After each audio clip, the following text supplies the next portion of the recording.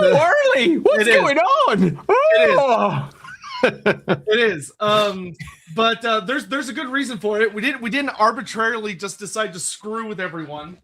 I mean, we did a bit. A little bit. Especially to everyone over here on the Western Hemisphere who's like, it's an hour and a half earlier than normal. What's happening? So let me explain. I'm streaming with World Anvil for World Building Con at 6 p.m. UK time, which means I can't be streaming for Lorebeards at 6 p.m. UK time, which I normally am. So if you'd like to join me and the head writer for the Witcher RPG as we create an adventure in just an hour for RPGs, then do please turn up at 6 p.m. over on World Anvil's streams. We'll post links later. But yeah, that's what I'm going to be doing at 6 o'clock, and I'm really looking forward to it. But it has slightly messed with our scheduling here on the Lorebeard side. Yeah, just a little bit. Just a little bit, but we'll live. Particularly because the subject today is it's a relatively easy one. It's a relatively light one. It's a character who's pretty much a one-book wonder, meaning that we don't have a great deal of background for me to do in my intro. Indeed, my intro might be, for me, exceedingly short because, well, there's no great long story for me to tell about how this character once influenced me as a child and turned me, completely remade me, reforged me into a different version of Andy through using him in the battlefield. This is one of those characters I've never used on the battlefield, not once. He's one I've merely read about rather than actually using in play. Huh?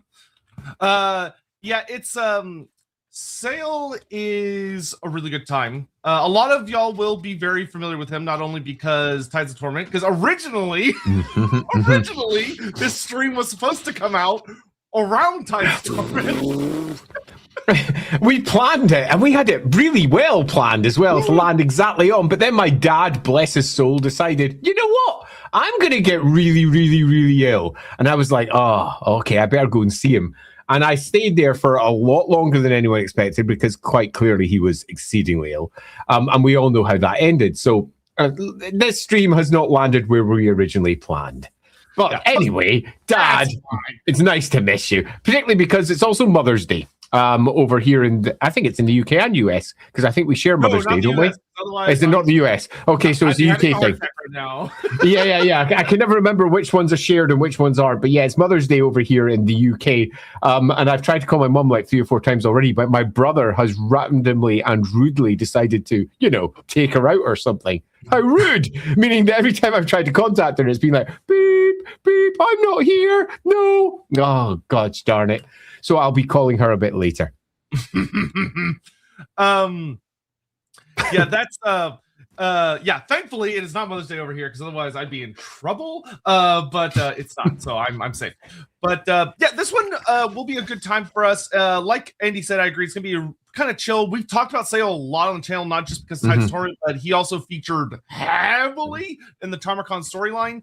And we did an entire video where we basically went through Tarmacon's entire saga, which included some pretty in-depth discussions about Sayl. So this is an opportunity for us to kind of go back and touch on various bits of the character, especially those that were added for Total War. As many of y'all are probably aware, there was a short story that was added that was mostly about T'Challa and Grand Cathay, but it did feature a bit of some additional information about Sayl, which is a lot of fun.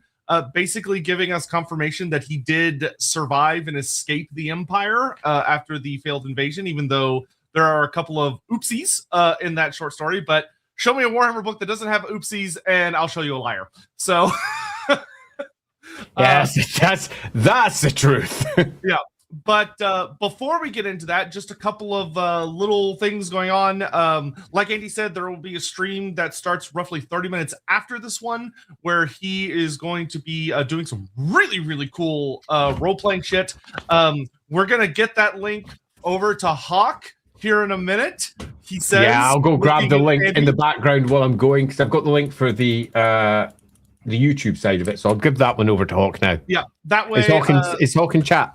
If not, I'm sure he will be in a little bit. Okay, cool. Heck, I'll post the link myself. Here, watch this. Yeah, you do it yourself. Look, like magic, I can post it. Oh man, I was tempted to make a joke, but I'm gonna move on. From there, this Tuesday, the thing will be up later today-ish. I'm sure you all could probably guess, but me and Andy are going to be doing a stream to get caught up on old world lore, most notably the breaching of the Great Bastion. The breaching of the Great Bastion! Which hilariously has barely anything to do with the Great Bastion being breached. That's just the name of the book, but that's okay. It does have a story about it being breached, but should be a good time. There's a lot of really cool tidbits in there. There are some things that confirm surprised me. Andy have come up. Oh yeah, and there's also been things that caught us completely off guard because there was no indication whatsoever they're going to do that. So should be fun. Beyond that, usuals.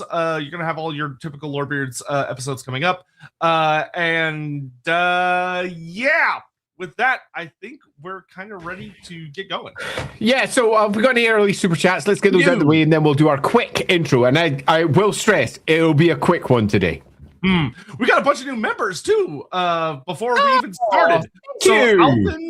Albin Lindqvist. I probably butchered that. Thank you so much for becoming a member. Fire Titan, thank you for becoming a member. Y'all weren't even... What the heck, guys? Thank you. We hadn't even started yet. Byfoot, send the freshman to rouse Ryan from his slumber. I was awake. I was first of all, we started on time, so I resent that. Second of all, I was like speed eating some queso that I threw together because I was like, oh, what is there to eat for breakfast? I don't have time to go get breakfast tacos. And I was just like, and I threw something together. And breakfast tacos, that is just so Texan. It is. Listen, it's just what works.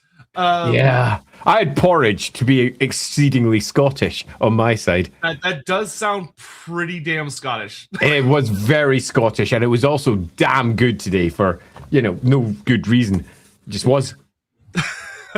Magladraw, thank you for the 2 months. Do you think Sayl survived into Age of Sigmar? No, I do not. I think that the everything that happened to the Tarmacon book, I would be willing to bet you a lot of the writers over at the head studio either forgot about or never read in the first place. Yeah, seems very likely. Magladraw, turning the new Nightbringer model into Lord Virion. Holy heck. Any conversion suggestions? Replacing scarabs with spirit hosts, but not sure what else to do. So yeah, figure out how to do a big cart. yeah, Lord Virion, the what was his full title? I forget. But I can't remember what his full title was. It was something plaguey, wasn't it? Kinda, because he's sitting in his cart doing his carty thing. I'm half tempted to go look it up because I can't remember. Yeah, I agree with Andy of getting some kind of exaggerated corpse cart. I mean, you could go for a Mortis engine, but I think if you want to Virion the Grim, apparently. Yeah, Virion the Grim. That's what. Yeah. If you could get some kind of corpse cart, but like enlarge it, that could be fun. Or maybe you just have like random corpse carts like kind of lying around and there's zombies like coming out of the ground and stuff. Because it's really one of the coolest tricks to make a active base is just take minis and like chop bits of them off and have them like pulling themselves out of the ground. So if you're just looking for things to add there, I would also recommend if you're just looking for bits, I would check out Nighthaunt minis because they're gonna have a lot of like various wispy bits or sides or all sorts of crazy stuff that you might want for the miniature. But I mean, the Nightbringer is, I think, a really good starting place. He's going to be big. He's going to be a big boy. Yeah, I mean, it's one of those ones that's because you don't have a core cart miniature unless you go with the original, which actually, you know what? It'd be really super easy to bring that up. So let me just do so. I'm assuming that I can. Is that the one? No, it's not that one. That's a completely different thing.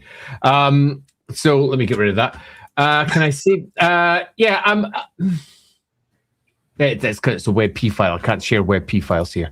Yeah, because you don't have an original cart that's really any good at all. I'd suggest that that's where I'd spend most of my time. And as I recall, the original cart that he has is very bone-like with bone wheels and a bone body. So I'd be looking for.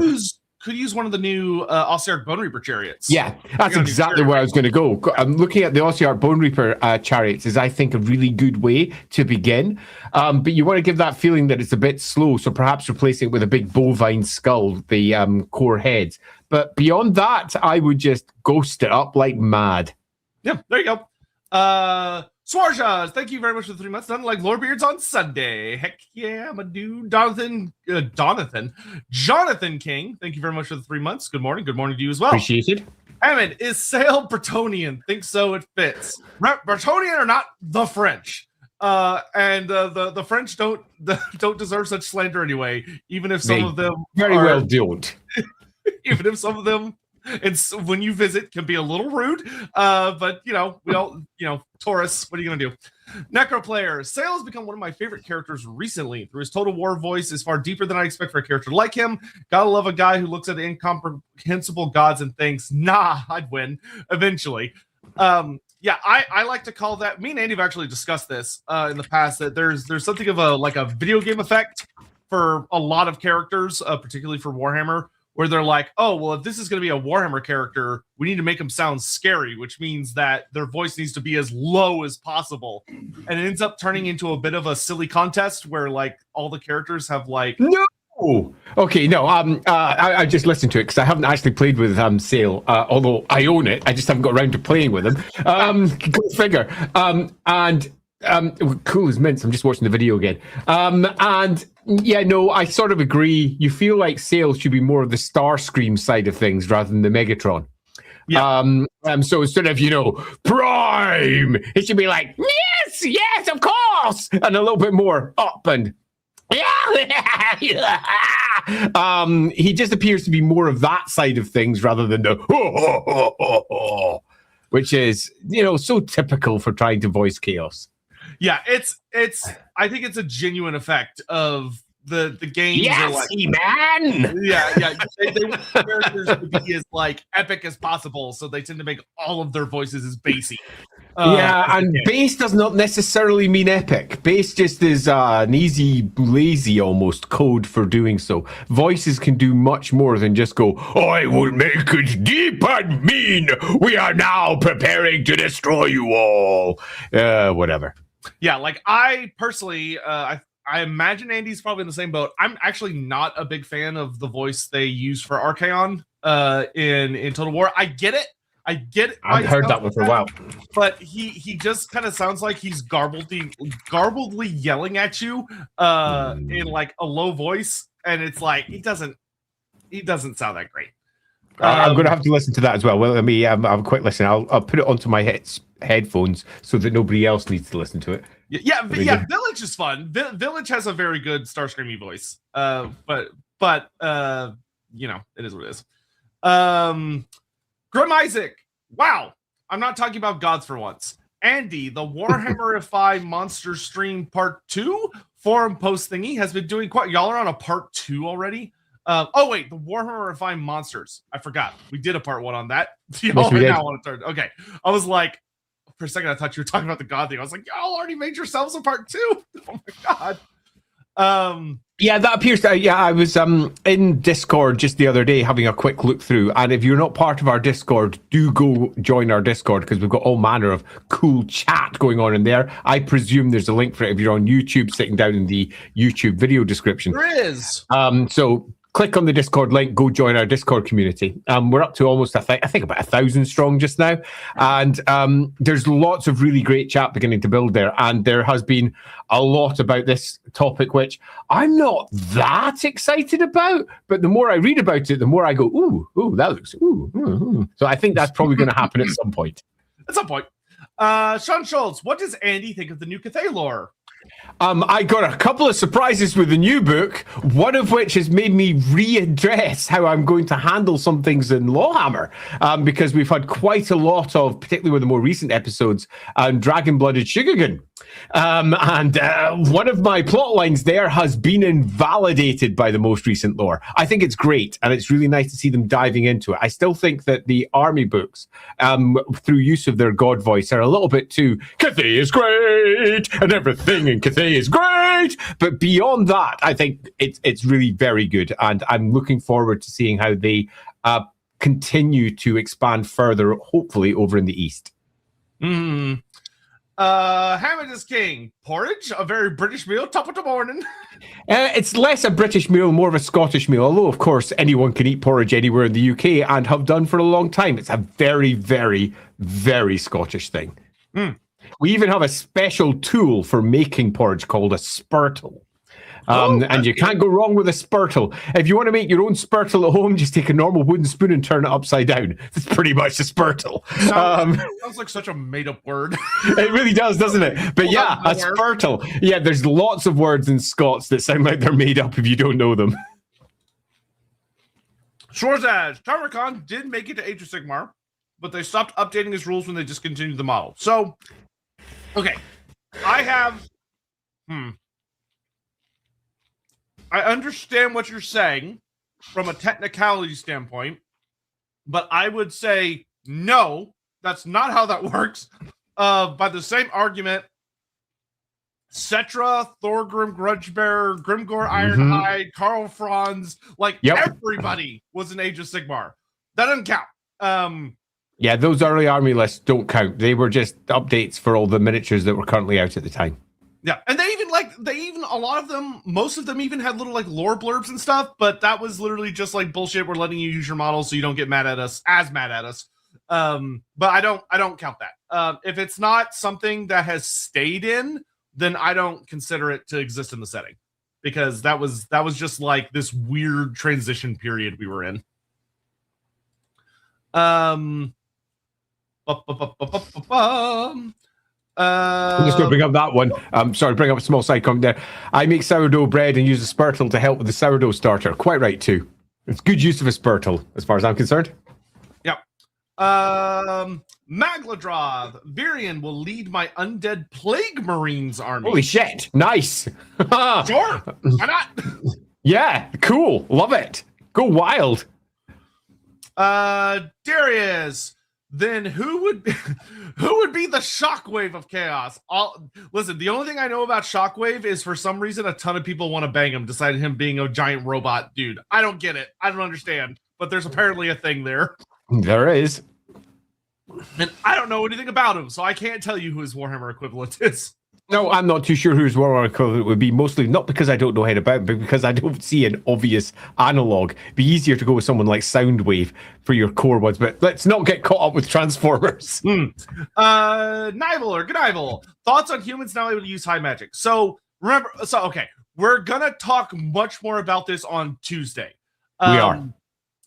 This was a fairly big, this is one of the ones I forgot to mention, Andy, but this was a fairly big drop in the book, where it reveals that turns out humans can wield high magic if taught properly, but the book goes out of its way to suggest, or to literally say, that the elves do not want humanity to learn how to use high magic. So It builds up the idea that me and Andy have talked about a lot on Lorebeards, where Techless and the High Elf mages were deliberately holding back humanity. Yeah, so I found this one really interesting, particularly because I just had a Q&A and I said they can't do it because at that point they couldn't. And then, of course, they go and invalidate that Q&A within an hour. I like this largely because, as we discussed back in our Albion stream, and this was some time ago, and you take a look at what the old lore for humanity was, they were pretty much right up there alongside the Slan and the elves doing some crazy magical shit, much of which would include what is now referred to as high magic. And over the course of time, that was massively devolved, meaning that eventually those who replaced those early Albion spellcasters were the Druids, the Belthani people, and in time that got replaced with Druidic magics and then eventually Jade magics, as over the course of multiple millennia, it devolved from its original beginnings.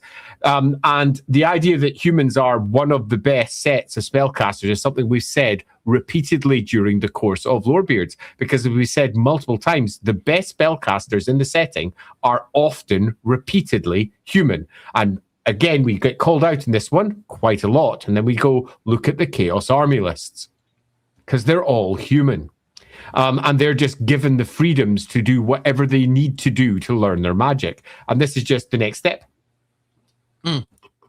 Bioflood, when do we get the Fishman command active? You're not ready for that yet. You're not ready for that. One day you will be, but you're not ready for that.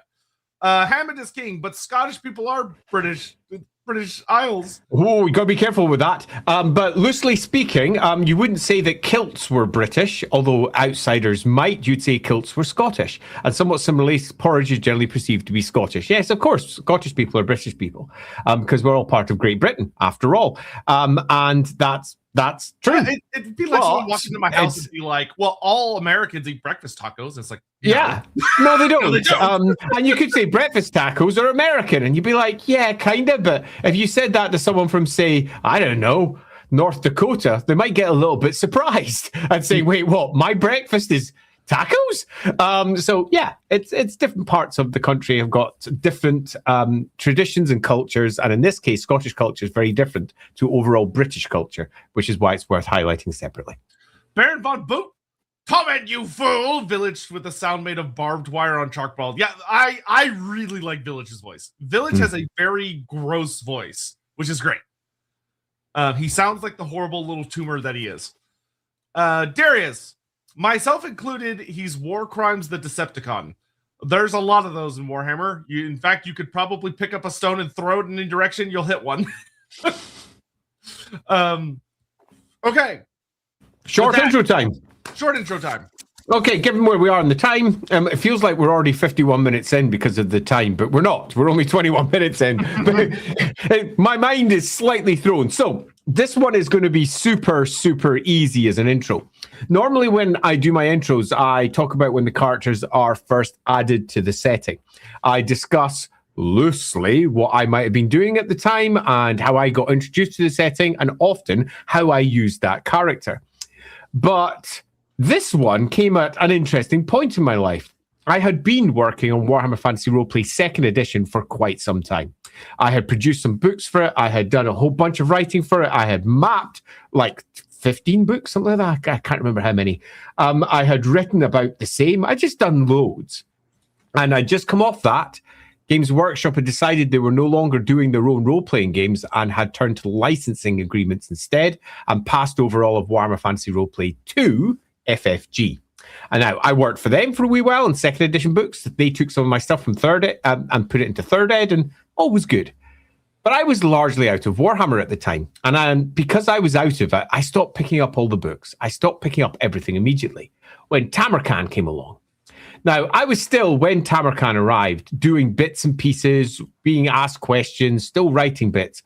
But I picked up the book, read it once, and then went, yep, super fun, and forgot about it. That was my introduction to Sayl. And for me, Sayl was a character that you could find inside a single book that was, in terms of the overall plot, an interesting one, but more interesting because of the hope that he presented for future books concerning Tamarkan and his brothers, because quite clearly it looked like he was going to become almost the thread that was going to connect them all, a Sayl move between them. Now, we discussed this in our Tamarkan streams, where we created our own versions of what the brothers of Tamarkan could look like. And we discussed how Sayl could be used, if you wish to do so, to connect all of those together. And that was all the thought that I gave to the character back then. And by that, I mean very little at all. It was a fun little Chaos Sorcerer, not top tier, a 3rd level out of the 4 levels that you get inside Warhammer Fantasy Battle of that era. So you have 4 levels of magic casting, and he was 3rd. So he's very skilled, he's very competent, and he's marked inside that book as the overlord of the Dolgan tribes when you're first introduced to him. So he is someone who has done some pretty impressive things in his time, and it gives you the route through which he did this, which was, if I was to sum it up with a single word, treachery. He is as treacherous as they come. He's more backstabby than your average backstabbing evil get that you might get inside a hobgoblin army. He is as dirty dealing as they come, and this is how he's managed to control the various Dolgan tribes that he eventually comes to rule. And we will be discussing relatively soon his origins and how he used, again, backstabbing to get himself into a position of significant strength with the Dolgan tribes in the first place. And the story that we get of Sayl throughout that book is largely what you'd expect. He allies with the core character, Tamarkan, sorta, and helps him, sorta, until we hit the end. And Tamarkan kicks the bucket. And that's Sayl. A nice little two-page introduction to him at the back where you get a nice breakdown for his rules and his cool little artifacts. And that was it. Now, did I ever use him? No. Did he get awesome support from Games Workshop? At that point, no. He was just a one-and-done character of the era. And just as I was thinking, oh, I wonder what they're going to do next, as most of you probably already know, the Tamarkan book and all Warhammer was declared to be heading towards the end times. So they no longer needed to do Tamarkan and his brothers, because what's the point? Warhammer's coming to an end. All of it was wound down over in the side studio that created Tamarkan, Forge World, and all the cool models that they normally make. So we never got ourselves a gigantic Chaos Giant, Siege Giant, or some other cool models that could have been useful for expanding Tamarkan, nor did we get the extra next set of books. Meaning that my interest in Tamarkan, if anything, dropped even further, because Warhammer was coming to an end. So all my interest went into how are they going to end Warhammer? And as we all know, that was an interesting project that didn't land as well as some of us here at Lorebeards would have preferred. And then it falls into this wilderness of post the end times, when Age of Sigmar rises from the ashes of what came before, and characters such as Sayl are no longer important. You might get yourself a quick tweak here, a quick tweak there, as Age of Sigmar is first created for. Here's the things that used to be in Warhammer. If you want to use them, this is how. But beyond that, dead as a dodo. And it's not until we head up towards Total War, taking up the license for Warhammer and taking it further with its third edition of the game, its third release, that we eventually get Sayl resurfacing up out of the waters, out of the hell burning fires of the end times, going, actually, no, I'm here, and I probably survived, and this is how, let's go. And we got Sayl inside Total War. Now, as we all know, the lore for Total War is exceedingly dubious. And by that, I mean, it tries to make every character fight in the end times in a way that didn't happen at all in the end times. Because it's all about building a cool computer game, meaning that the lore that it adds is sometimes a little bit weird, but it's stuff that we still look at because there's lots of really cool snippets in there. And ultimately, because it's such a big property, it gets ported back into Warhammer again. A clean and prime example of this is Cathay. Look at what happened. They built a version of Cathay. It got ported back into Warhammer. And now we're getting new books, just like the Bastion one that was just released. But Sayl is, as it stands at least, not a part of that because he's an end times character. So what we've got is a character that's somewhat frozen in time.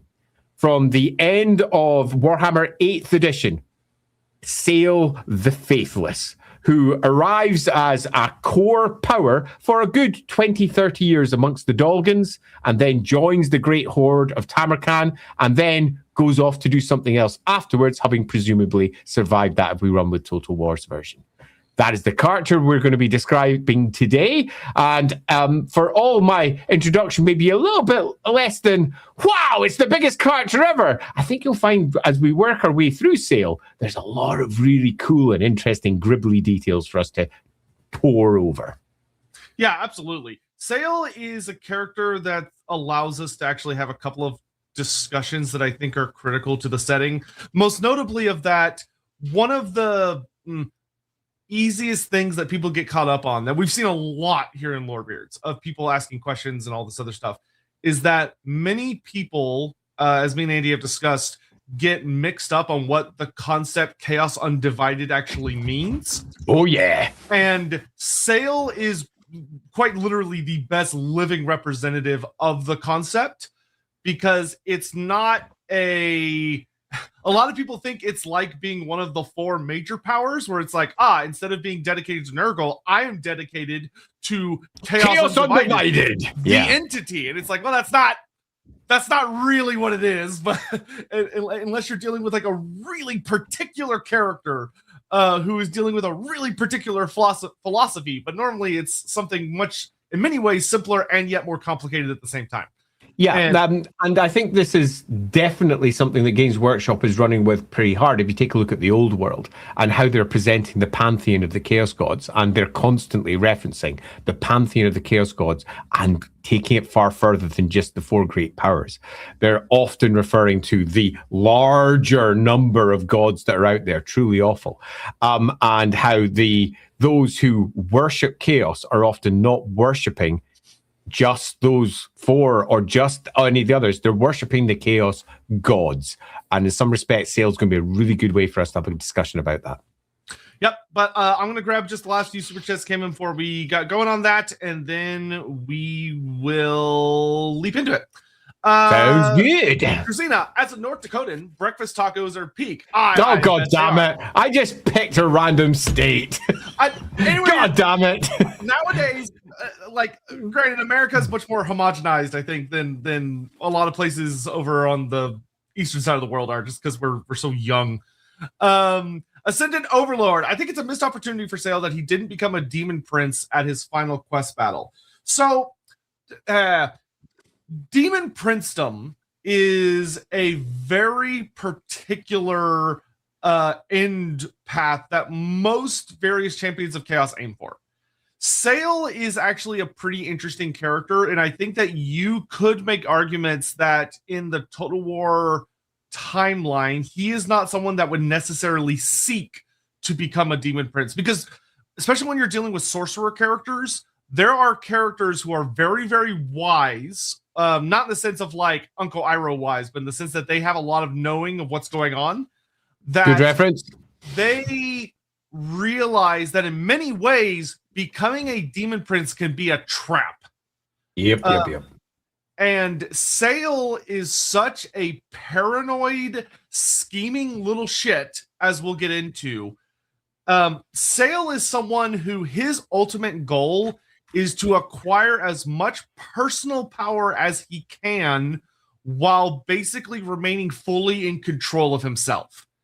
And even if you were to ascend to like a quote unquote undivided demon prince, or a demon prince that is not necessarily subservient to any power, once you become a demon prince, you are no longer what you were. You're something new, but you're also a part of something, even when you're not, which I know sounds confusing, but it's kind of this idea of that the ether and all of the gods and all this other stuff are all kind of almost part of a tapestry in a sense, and demons in many ways are bound to it, and your nature becomes defined by like your true name and what you end up evolving into. And I could genuinely see Sayl, which whether or not he's right about this could be a matter of debate, but I would see Sayl very much being a character who would not desire demon princedom, because he would see it as a genie in the bottle situation of like becoming the genie that is then tied to a bottle. Yeah, I could definitely argue that. Sayl is ultimately, as we're going to discuss when we go on to go through the various stories that we have of him, an exceedingly paranoid, exceedingly self-serving individual. And the idea that he might be getting tricked by one of the Chaos Gods, the idea that he might be being tricked by the next step, is going to be sitting deep within his black little heart. He will not trust any of it. And having an outcome where he effectively gives himself over to another to ascend seems exceedingly unlikely. It would have to be a story where he himself achieved ascension in his own terms, in a fashion that he thought was acceptable, but he would constantly feel like he was being tricked.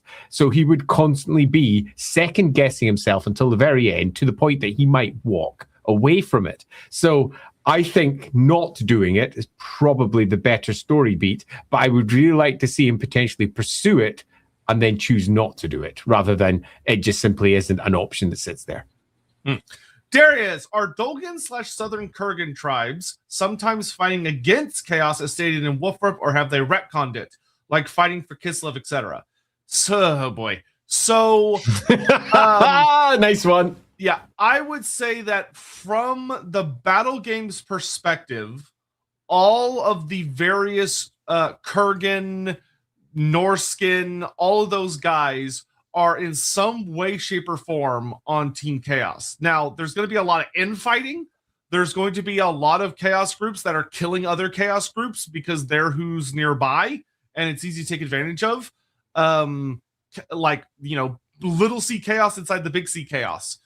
The idea that in the old world, we do see notes, which I'm thankful for, in many of the newer books, that you will find members of what we view as Norskins in particular living down in the south. And they just live there, and they're just part of life.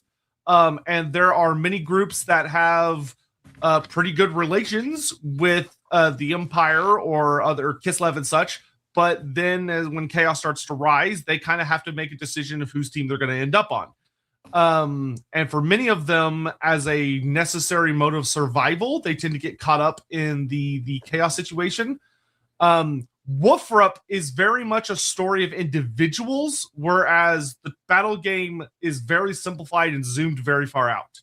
I would say it is still extremely canon that you would find people who are descended from or parts of Kurgan, Norskin, and Hung tribes that would not necessarily would just not consider themselves part of Team Chaos, or at the very least would worship different gods that have them more often than not on the side of the southern realms. But they're going to be very, very different people, and they likely are going to worship what we identify as the Chaos gods in some way, shape, or form. But that doesn't mean they're all like comically evil chaos armor wearing bloodthirsty monsters. There are many of them that will worship what we would recognize as the dark gods in very unique aspects that maybe aren't as sinister. There will be something sinister at the deep dark heart of it. But, you know, if you're working with this mercenary group that came out from the Kurgan tribes and they're fighting side by side to you, maybe don't worry too much about like how much they seem to enjoy the fighting, or the fact that they like make dog howls when they're charging into the battle. Just don't worry about it. You got your own shit to deal with right now. Yeah, so the answer, are the Dolgan Southern Kurgan tribes sometimes fighting against Chaos? First one is easy. Yes. As stated in Warhammer Fantasy Roleplay, now we get a slightly different version, because now we're talking about characters who are possibly not Chaos. Yes. Why? Can we say this definitively without worrying too much about it? Because humans are going to human. Humans are not that different from each other. Humans are going to human. Sometimes humans get into issues with their peers and they walk away. And when they walk away, they go places. The lands in the south are repeatedly defined amongst tribes like the Kurgan and the Dolgans as the rich, fat lands of the south full of spoils. And many who have issues with their local leaders, like Sayl, because Sayl's the worst, hike it out and go elsewhere. Now, some turn to raiding, others just do the old Viking thing and just assimilate. They just join in. And this has been going on not just for hundreds of years, but thousands. Now, if we go down to the Empire, they have strong views on outsiders because they're actually afraid that outsiders might be coming from the north, and they could be Chaos tribesmen, the enemies of Sigmar, et al. There's a reason that there's prejudices running through the veins of the folk of the Empire. And that prejudice is for very real reasons, because the people who might be coming from anywhere else could be these peoples.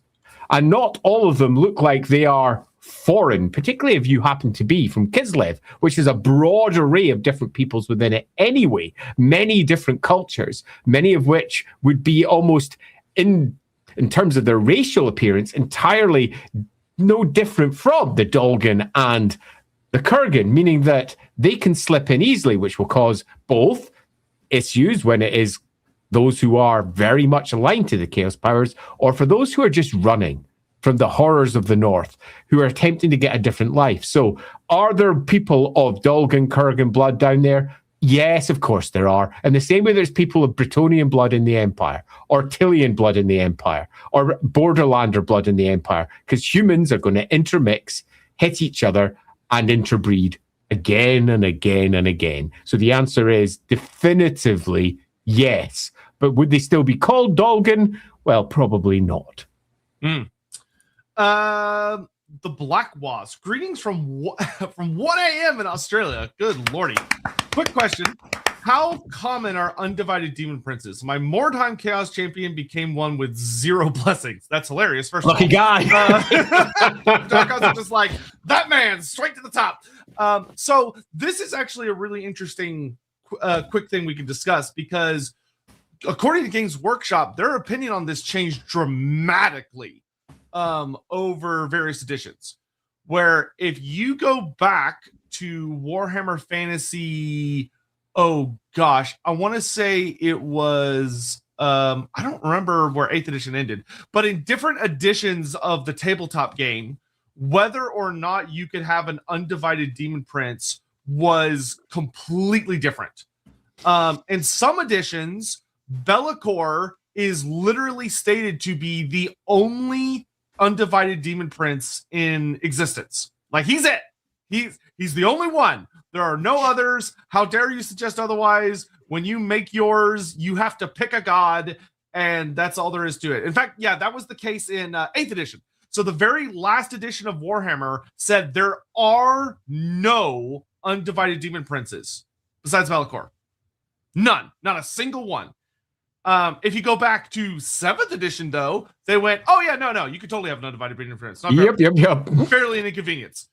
Yeah. I remember this was actually a big discussion we had among those of us from like content creators and beta testers and stuff that had early access to Warhammer 3.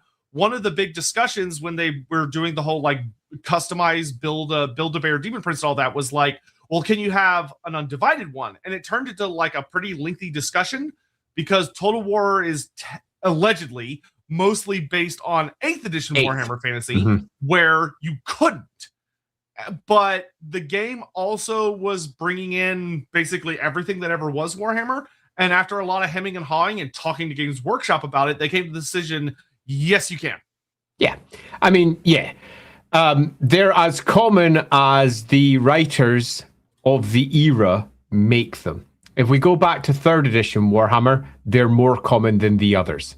More common. Chaos is such a broad brushstroke of different entities that those that aren't aligned to one of the 4 great powers vastly outnumber those that are. Then we hit 4th edition, and that's much less the case. Now the 4 great powers are the core focus, and undivided stuff, while still being there as we move through Hero Hammer 4th and 5th edition, they are less interesting. You got a nice undivided metal miniature at the time for a demon, which you could have. They were a thing, but they weren't as big. And as you move through the editions from that point onwards, it basically flips. Where to begin with, they were the most common to they're now the least common. In terms of where does it stand today, given the broadening of chaos that we've got with the old world, it's very likely to say that there's a lot of them. They're doing their own individual things. Some of them are aligned to minor chaos powers. Some of them are their own chaos power unto themselves. Demons are a vast and many very formed thing. And there is no easy way to quantify them because they come from the demon realms themselves. So the answer is as many as you need. Yeah. Archmage testing, Stormcaster awesome testing, which jumps to holy moly, that's a lot of euros, boss. That's a lot of euros, boss. Thank you. When convenient, first of all, I want to deeply thank you for including those first 2 words. Yeah, that's. I mean, I'm not just going to thank you. I'm going to do this. Thank you. Deeply appreciated. Yeah. Could you please do a Stormhost tier list? Yes, I have put it on the schedule. We would normally be like, oh, we'll do this as quick as possible, but I've got to like introduce all of the storm hosts to Andy, which is kind of like going to someone that's never read a 40k book and going, I'm going to tell you about all the Space Marine chapters. Space Marines! So yeah, I'm going to have to do a bit of reading for this, but I will because, dude, thank you. And I will have to catch up. Plus, I'm going to be at the end of this month, do a quick hike around Scandinavia because I'm going to GothCon over in Sweden just at the end of this month, Easter time. And if you happen to be over in Sweden, do come over and say hi to me. It'll be lovely. I'm still, at least as it stands, intending on at least doing this Sunday Lorebeards when we're doing that, because I intend to dial in from wherever the hell I end up being. But we'll see. We'll see how that lands. Not sure about Tuesday yet because we're still figuring out how it will all work because we're going to particular places on particular days. But I'd like to see it go, and I'd like to be back here at home if we're doing this, and it'll probably be for a Tuesday stream, I imagine. That being the case, I'm not quite sure when this will happen, but it will happen soon. Thank you so much. Sir Panza, thanks for giving me my breakfast idea. Tacos. Tacos. All right, Dynaman, and then we're going to get into discussing stuff. Can you be turned into a demon prince without consent? If not, I wonder if this is the difference between 40k and fantasy, since apparently Perturabo is a demon prince and him volunteering for that seems unlikely, at least in my opinion. Okay, this is a pretty easy one to answer without going into any great detail because we want to be discussing Sayl here. But the answer here is that depends entirely upon the demon prince that you eventually become. And by that I mean demon princes, demons, all of those various etheric entities are not mortal. They are immortal creatures of some sort of emotional, some sort of prime essence. And if you were a demon prince of being betrayed, yeah, sure, you definitely could. Because the very concept of you being turned into that demon would be a betrayal. Perturabo is not that. Perturabo is something quite different. So there are going to be some that are turned against their will. There are going to be some that aren't. The vast majority of them desperately want it because that's the nature of things. Some of them will never have wanted it. Chaos is chaotic. Remember, it's not just big C chaos. With chaos, it's often small c chaos as well. And every single rule that you try to establish for chaos will be undermined by someone else at a different point. But loosely, the answer to this one is you absolutely could be because of the very nature of what demons are. The alternative would be a bit nonsensical. Yeah, I hard agree. It can be done against your will. It would be horrible. And yeah, I would say it's definitely on the more rare side, but it can happen. Yeah, particularly, it's going to be a really cool story, isn't it? Someone who does something of such extraordinary, let's say, potential that the soul is effectively opened up to being elevated and ascends almost. I mean, you don't even need to have a chaos god to ascend you, but there's a whole discussion there about how demons work, and ascends within the pantheon of, say, Khorne's demons, and does not want to be there at all and finds himself at war with his own buddies to be on either side. It's a classic chaos tale. And Khorne cares not from whence the blood flows, including those who are traitorous amongst his own ranks, because he himself has elevated them. The whole thing is a horrible mess, potentially. And you can see how that would work with Tzeentch, how that might work with Slaanesh. You could have, or indeed, obviously, Nurgle, those who are given into despair. There's all manner of potentials for those who could be elevated to demonhood without any desire to be there. And you've got to remember, this happens a lot with lesser demons. There's multiple examples across the entirety of not just Warhammer but 40k as well, of people being slain and dedicated to chaos against their will and becoming demons. The very concept of Nurgle's Rot is that you catch Nurgle's Rot and become a plague bearer. That very few want that to happen. That's not something they have any interest in. And so becoming a demon from an unwilling host is exceedingly common. It happening on the top end, whilst not discussed about, is as likely as it could at the bottom end. Yep. All right. So, Sayl.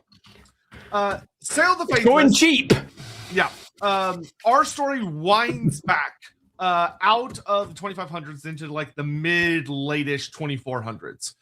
Sayl the Faithless, this was actually amusingly a point of like discussion and contention of that it was always a bit unclear in the original books whether he was born amongst the Dolgan or was someone that came in from outside But with the Total War games, if we take those at face value, which I think we should. Yeah, which I think we agree we should, is very much bluntly pretty much says that he's always been a Kurgan.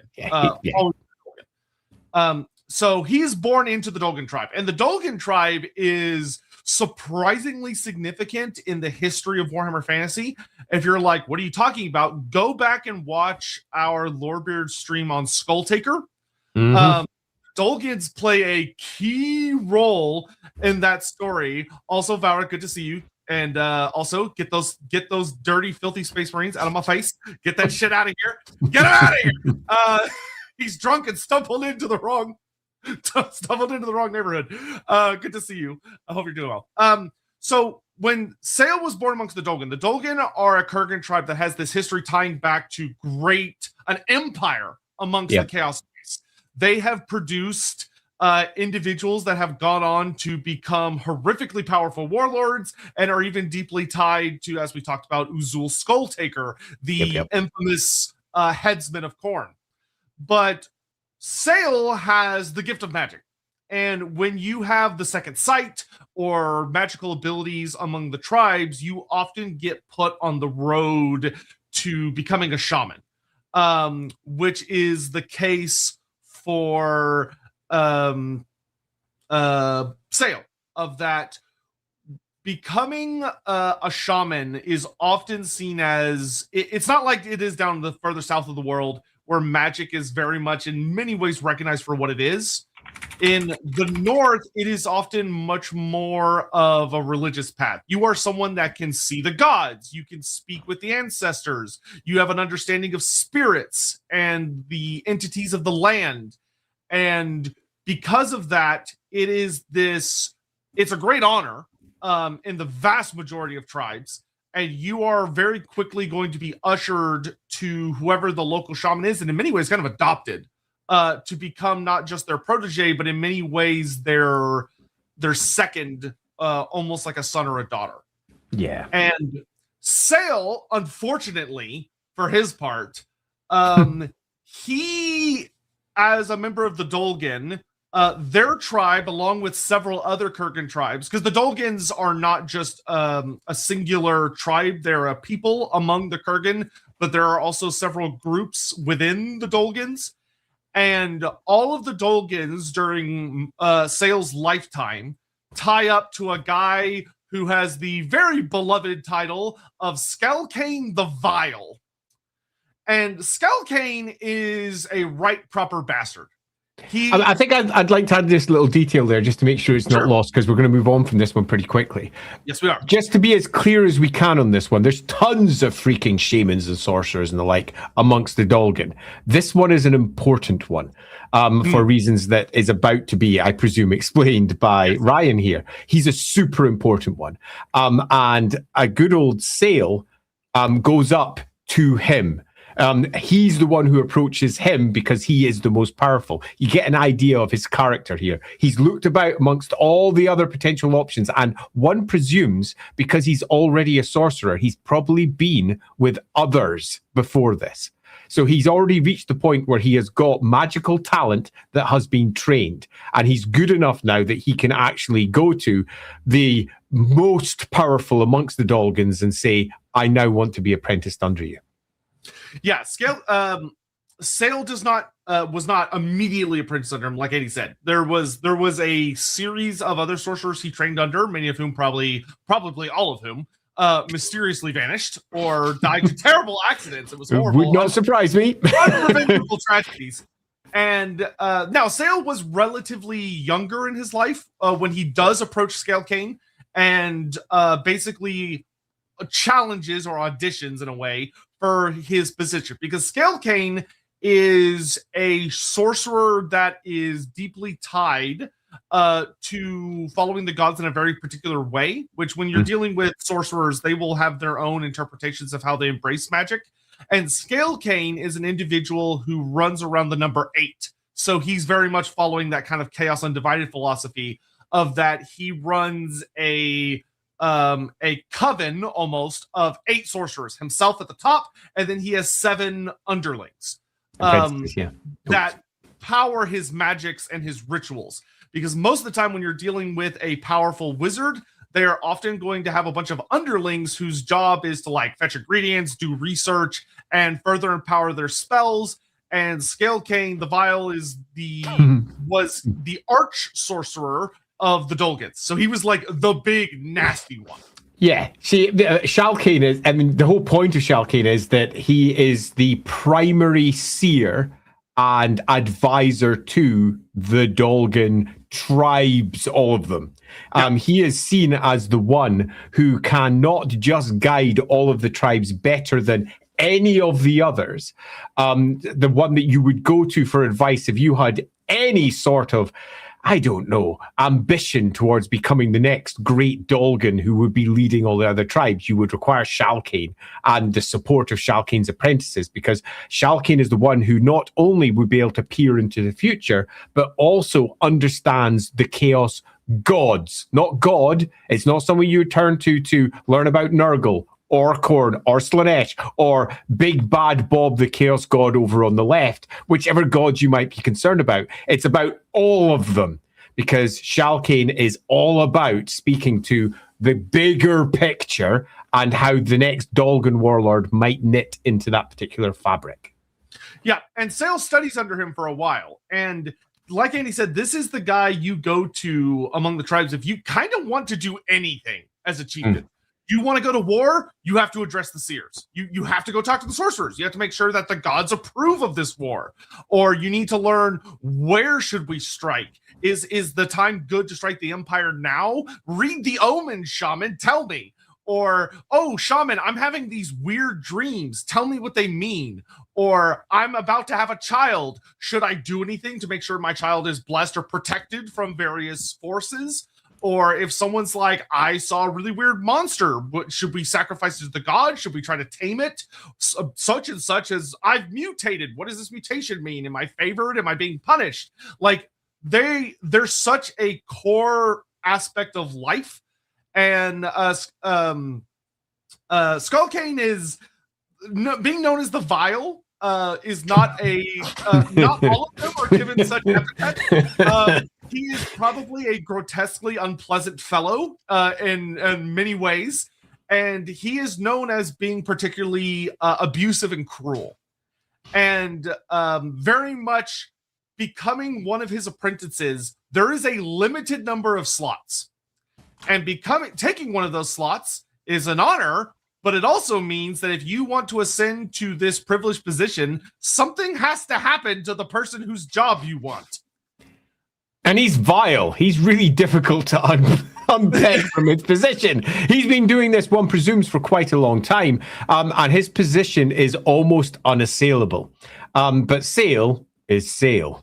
Yeah. Now, what's interesting is that in your typical Warhammer fantasy story, or just Warhammer story in general, usually what would happen in this case is you would build up to like a big magical duel. In the case of like Zacharias the Ever-Living, or just a lot of other, or like Heinrich Himmler and stuff, you tend to have these characters who overwhelm their opponents by just getting better than them. That's not what Sayl does.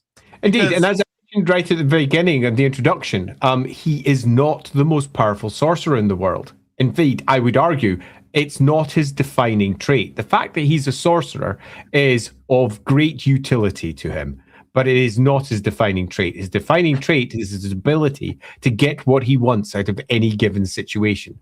And typically he will do whatever it takes, because he has nothing that even comes close to morals as we would normally understand them. He is willing to do anything. He is arguably much more vile.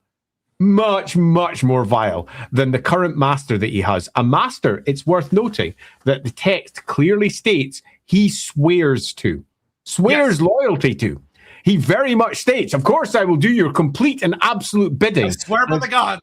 I swear by all the gods that I will do this, and then proceeds to appear to be exactly that guy as he unearths the terrible conspiracies against our good old vile Arch-Sorcerer amongst the other apprentices.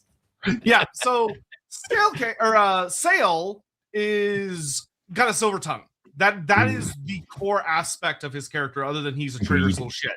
He is very, very good at talking to people, telling them what they want to hear, putting the ideas that he wants them to think in their heads with them thinking it's their idea, not his idea. And one of the things that Sayl, and like Andy said, he spends years buttering up Scalekane the Vile, several of his apprentices. Scalekane, yeah. I'm going to call him Scalekane because that's what he's called in the game. But I don't, whatever. Did they say Scalekane in the game? Sayl calls him, I think Sayl calls him that. He calls him Skull. Really? I mean, it's clearly Shalkane. It's how it's. We've had this discussion. I'm not going over it again. We know GW can't pronounce shit. Wow, they're pronouncing that Skalkane. That is an interesting choice. Yeah. So anyway, the over years, like this isn't something that happens over months. This takes a very long time, decades likely. Sayl convinces Skalkane that some of his apprentices are going to betray him. Now, the thing about this is that what Sayl is doing is probably 100% true in a sense of that being a chaos sorcerer of a powerful tribe like the Dolgan is going to have an inherent risk of treachery at almost all times. Because chaos has the big C chaos and little c chaos. And when you have an individual like Skalkane who creates much of his loyalty through fear and beatings and being the most powerful wizard in the area, he is going to have apprentices that are going to try and betray him. And that's just kind of part of life. Where Sayl succeeds because it knows that Sayl not only talks to Scalekane and his loyal followers, but he's also talking to the other guys saying, we should betray Scalekane. We should betray Scalekane. And like getting into their heads. So there is a plot, but it's a plot that Sayl himself put into motion. Mm-hmm. And he convinces Scalekane that, hey, of the 8 of us, 3 of these other guys are planning to betray you. And they're gonna do like some horrible shit. They're gonna conjure a demon. They're gonna do all this terrible stuff. So Scalekane, likely not from Sayl's influence at all. It's not like Sayl put this idea in his head. Goes, okay, you know what? We're gonna deal with these guys. We're gonna make an example out of them.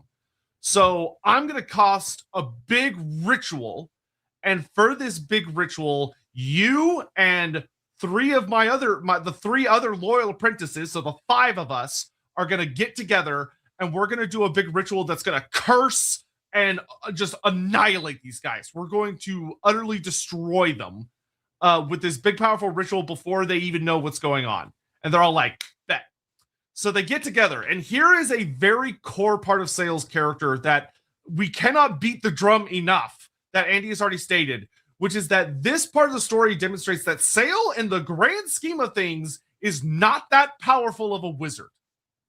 Because what he does is, from a very blunt point of view, incredibly stupid and exceedingly dangerous. Mm-hmm.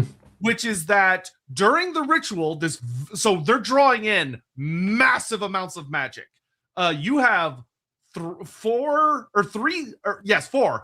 little, relatively little sorcerers funneling massive amounts of magic, lending all their support to Scalekane the Vile, who is a very powerful sorcerer, who is using all of their support to craft a deviously nasty, powerful ritual.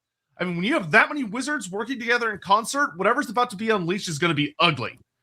And yeah, I think it's worth noting here because it doesn't really go into a great deal of description as to exactly how the hell he managed it in the first place.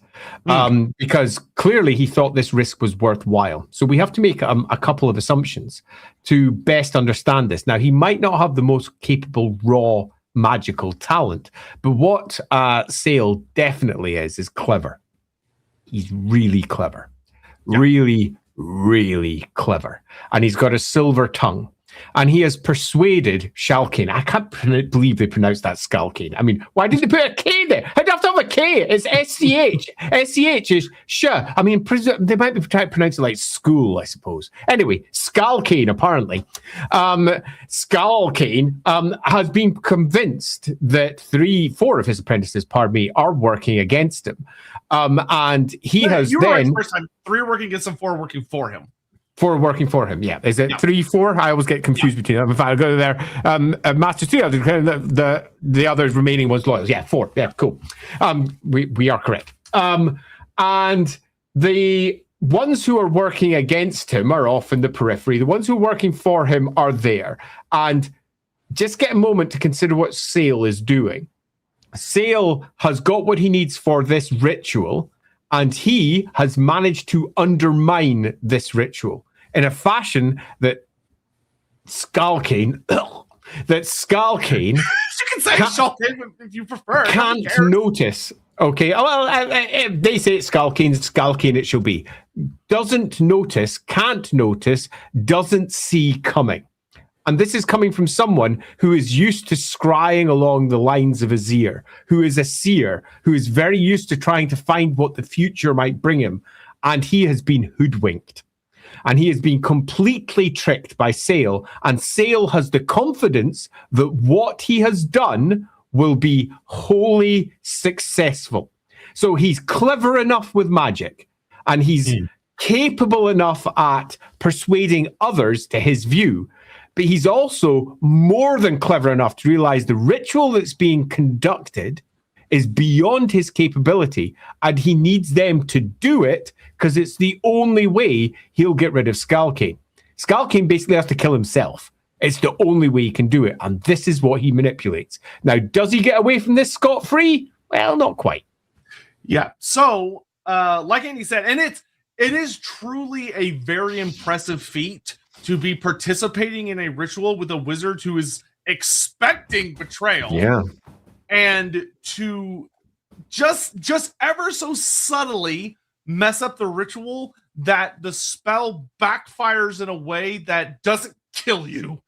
And so this big old ritual is going off, and Sayl does what we don't know exactly what he did, but whatever he did to undermine the ritual triggers. And this trigger causes 2 main effects. The first is that Skullcane the Vile is at the epicenter of the ritual, and he basically just explodes. He rolls your equivalent of a 2 on the miscast table, and he is super dead. Yeah, he is so dead.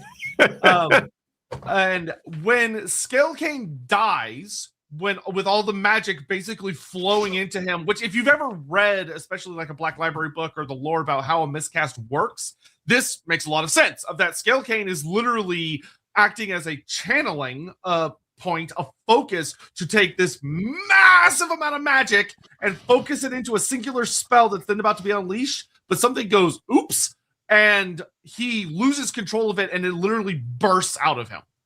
And when Backlash! And when that happens, the ritual destabilizes, and all of that magic just goes woof around them. And the other 3 apprentices were not ready for this. They did not know this was going to happen. They were completely caught off guard.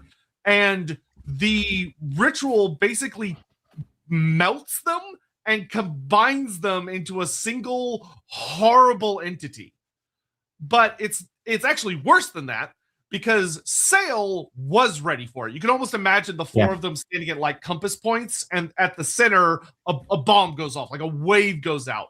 Sayl was ready to sort of catch it or deflect it. But even with all of his preparation and the fact he knew this was going to happen, he doesn't die, but it still gets him pretty bad. Sayl mutates wildly. His head mutates by growing slightly in size, and his face melts altogether, notably the top part. Both of his eyes fuse into a singular blind eye at the center of his head. Not a lot of people know this, but Sayl is actually completely blind. He has a form of sight, which we'll talk about in a little bit. He does. He can't see normally. His eyes like can't see shit. So he's got this really weird, lumpy head with a big cyclops eye at the center, and one of his arms mutates into a giant tentacle, like massive tentacle. And the other 3 sorcerers are part of his mutation, which is not something a lot of people know.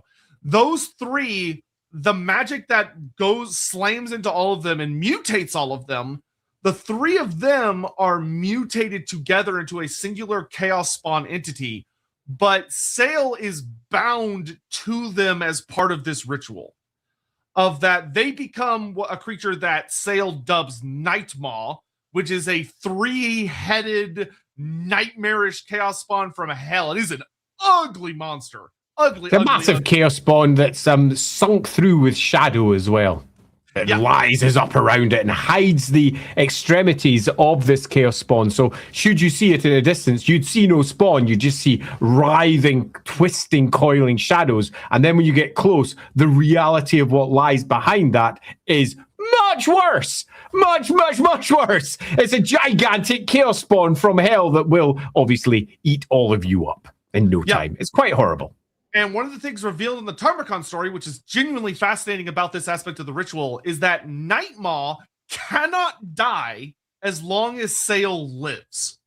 It is bound completely and utterly to his life force. He knows where Nightmaw is at all times, and Nightmaw very rarely appears except for just because I need to know, is that true? Because I've not played with him at all.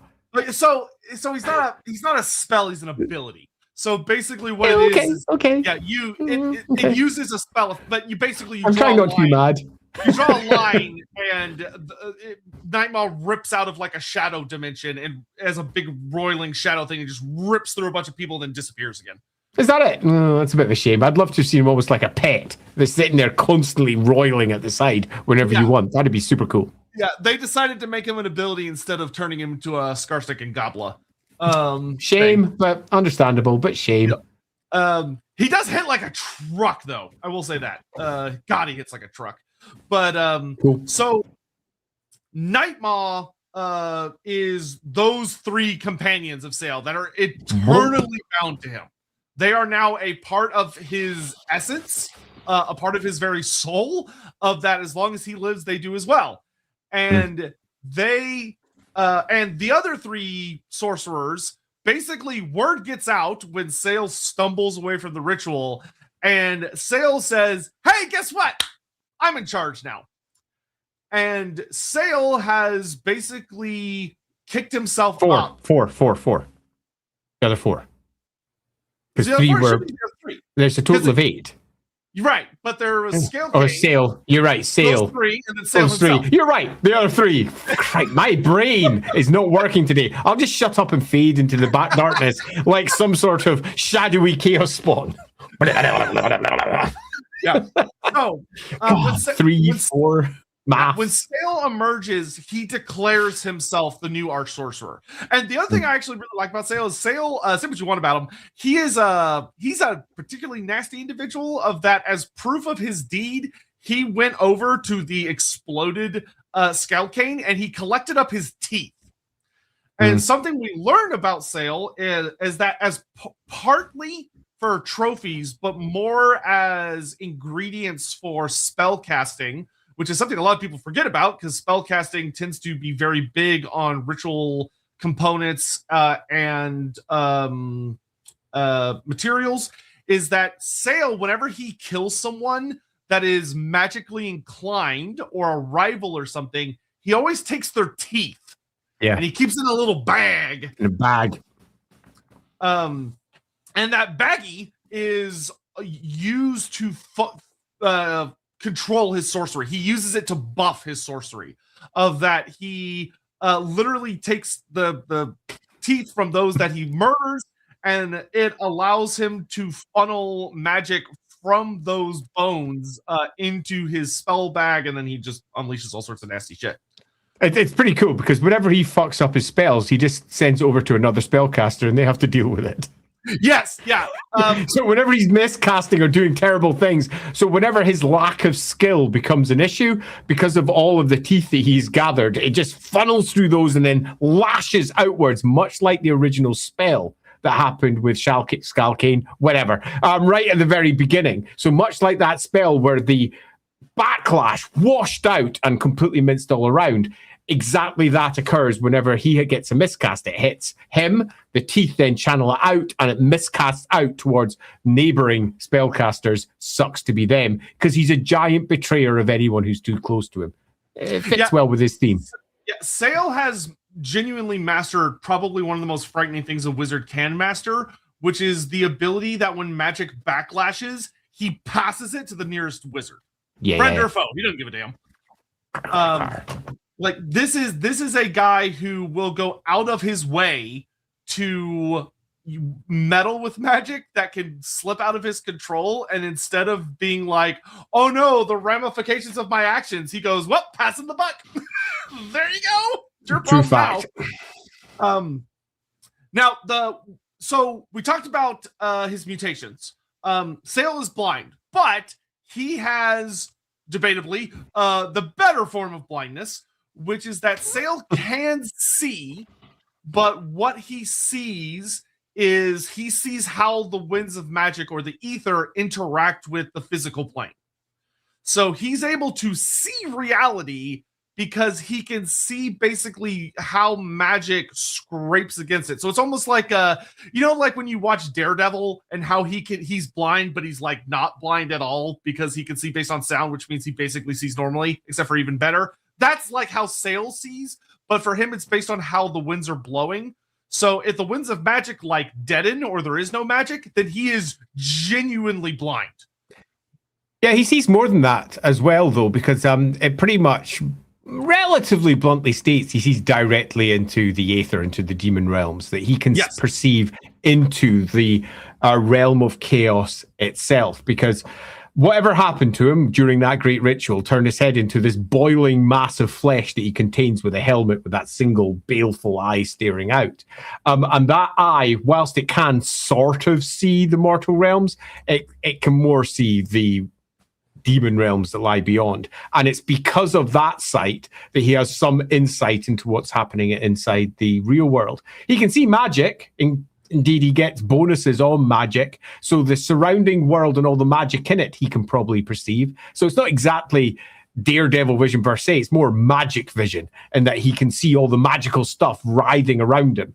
But it's what lies beyond that he can see more clearly. And in some cases, that gives him lots of unique benefits, because he can effectively be the seer that the entire Cabal used to be, whilst it's much less of the capability that you might get from a genuine seer. He's able to see the various paths of time that potentially could lie before him, making him a much more capable betrayer than others would be, as he looks at a situation and goes, well, most of these outcomes are going to be fails, so I'm going to betray this one, or the next one, oh, this one's going to succeed probably, so given this one's going to succeed, I'm going to try and attach myself to it. He, in many respects, picked up a lot of the seer powers that were held by, I'm not going to say his name, that were held by his predecessor.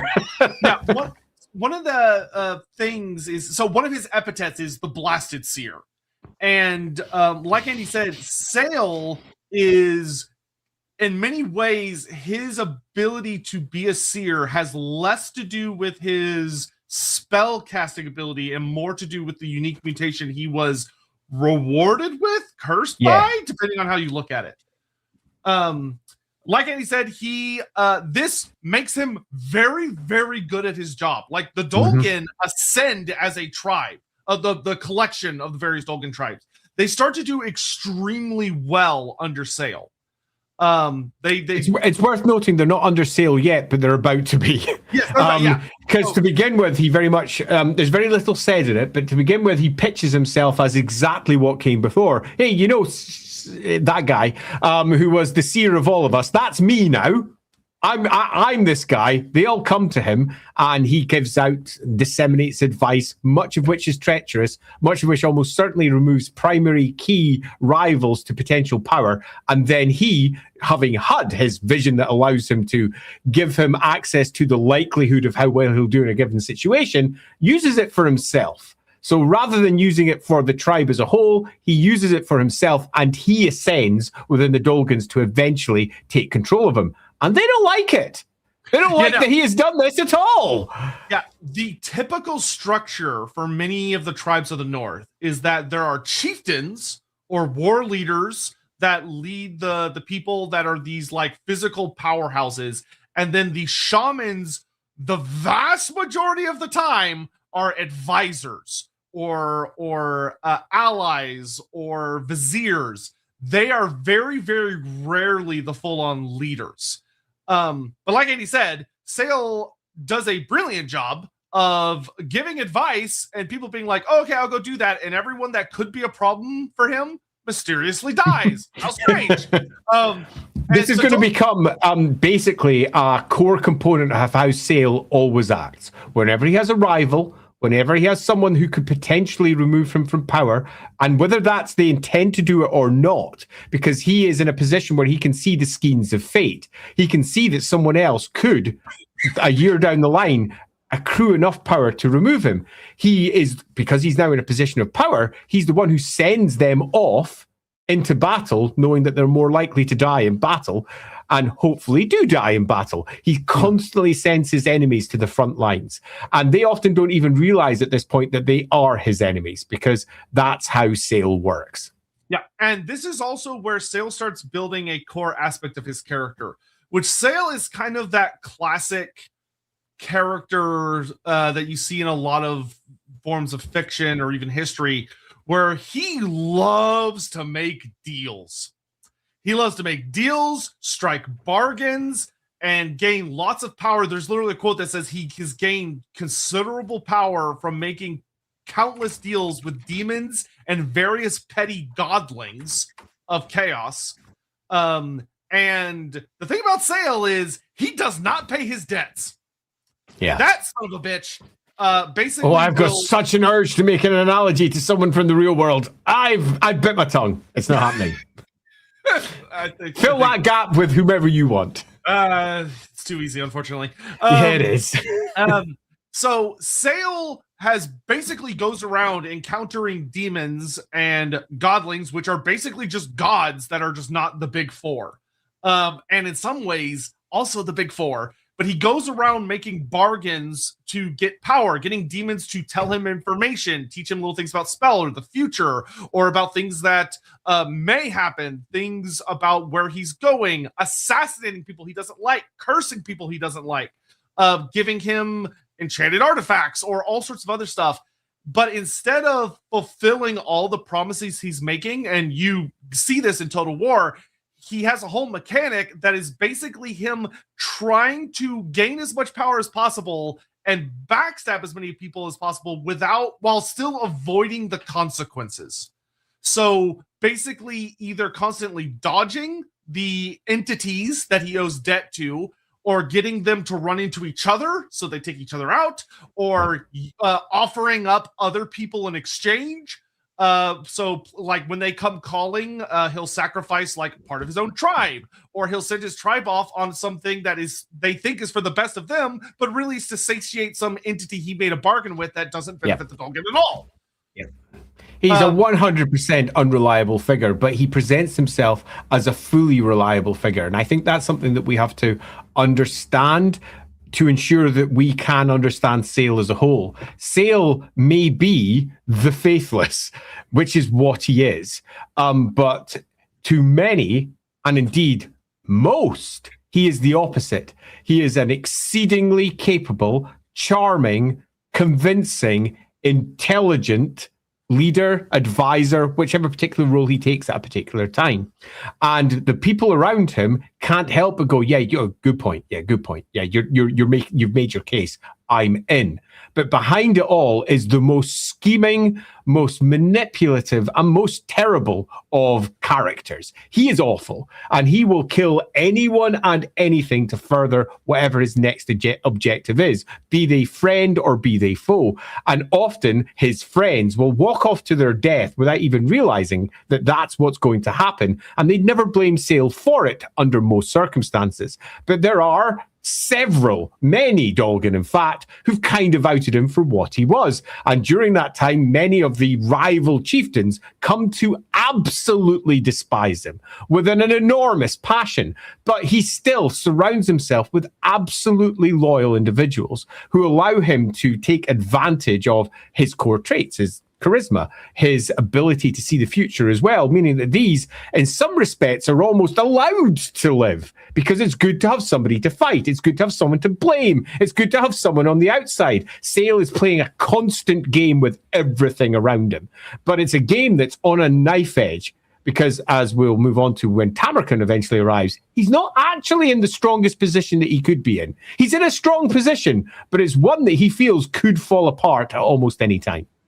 Yeah, one of the interesting things about Sayl as the Arch-Sorcerer of the Dolgan, so when he's basically dealt with all the chieftains that could be a reasonable threat, and he takes over openly, which a lot of the Dolgan are like, ugh, about, and some people try to challenge him, and they die horribly. There is a note that Sayl once in his past to deal with a particularly notable rival literally set a trap, they fell for it, and in front of the entire tribe, he flayed their soul in front of everyone, which I'm not even sure what a soul flaying looks like, but it's probably fucking awful. It's going to be pretty grim. Grim and perilous, one would presume. Pretty awful. Yeah, and Sayl does a very careful balance of he is someone that has brought the Dolgans incredible victories, dominance over a... I saw that. Yeah. I'm not going to comment, but there is a aspect where Sayl, for many of the Dolgans, has brought unrivaled success. In many ways, the tribe is at its most powerful in potentially centuries, and at the same time, they are terrified of him. Yeah, because you have to keep in mind that it's not just that he's a powerful wizard who is also like an absolute bastard. It's that he is so good at lying that when you are dealing with him, you cannot know if he is telling the truth, if he's telling a half-truth, if he's telling a truth by omission, or if he's lying, just flat out.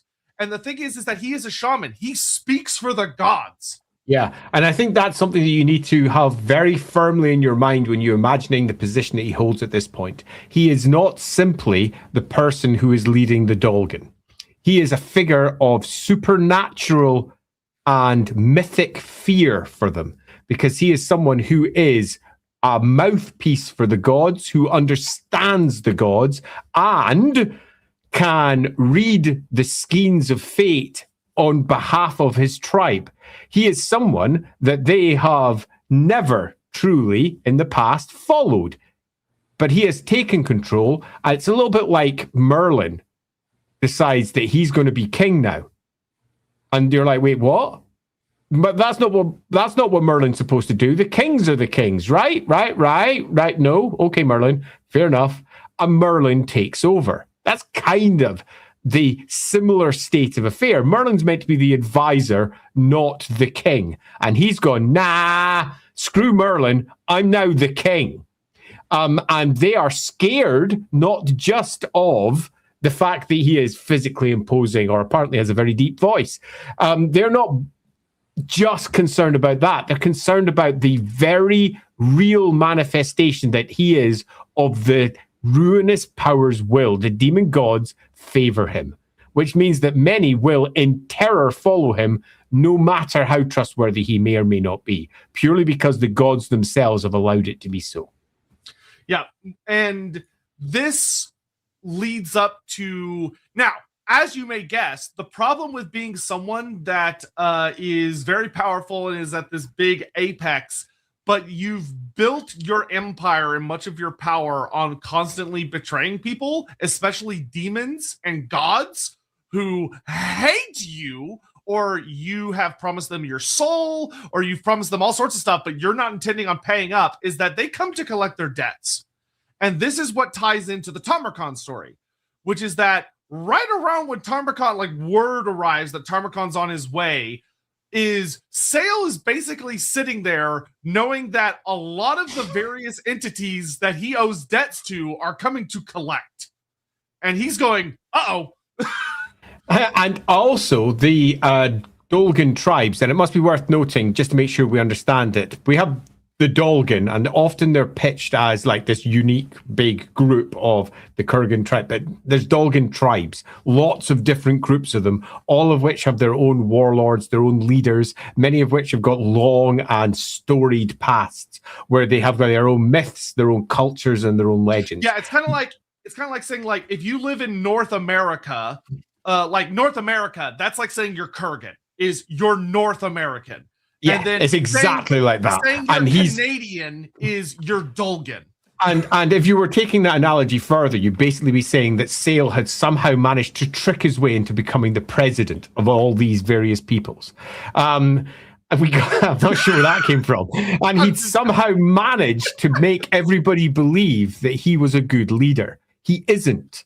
He just isn't. He's a betraying, absolutely awful character who will say whatever needs to be said to continue his next agenda. And he often doesn't have a next agenda beyond him surviving for another day. He is quite literally the Faithless. He is the worst. I hate when I get my Warhammer into my modern day living. Oh, gross. Anyway.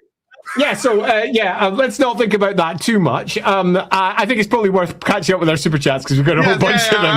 Let's move on swiftly. Sayl is just a better village without the big buff body, and is as scheming as your average Skaven slave, and the Chaos Gods are not fans, but Tzeentch. So, interestingly, I would say that Sayl is fun, and we're going to get into this a little bit, of that Sayl does not like Tzeentch. He doesn't like any of the gods. You could definitely argue that Tzeentch likes him, but I would argue that in their own ways, all the gods love and hate him in similar measure. Because he's satisfied. Like Khorne loves the blood that he spills through all of his antics and his personal vendettas. The despair he spreads. Yeah. Nurgle loves the stagnation that he's caused for the Dolgan, the diseases he likely has unleashed, and all sorts of other horrible. Yeah, the entropy that he causes. Tzeentch, of course, would adore so many of his antics.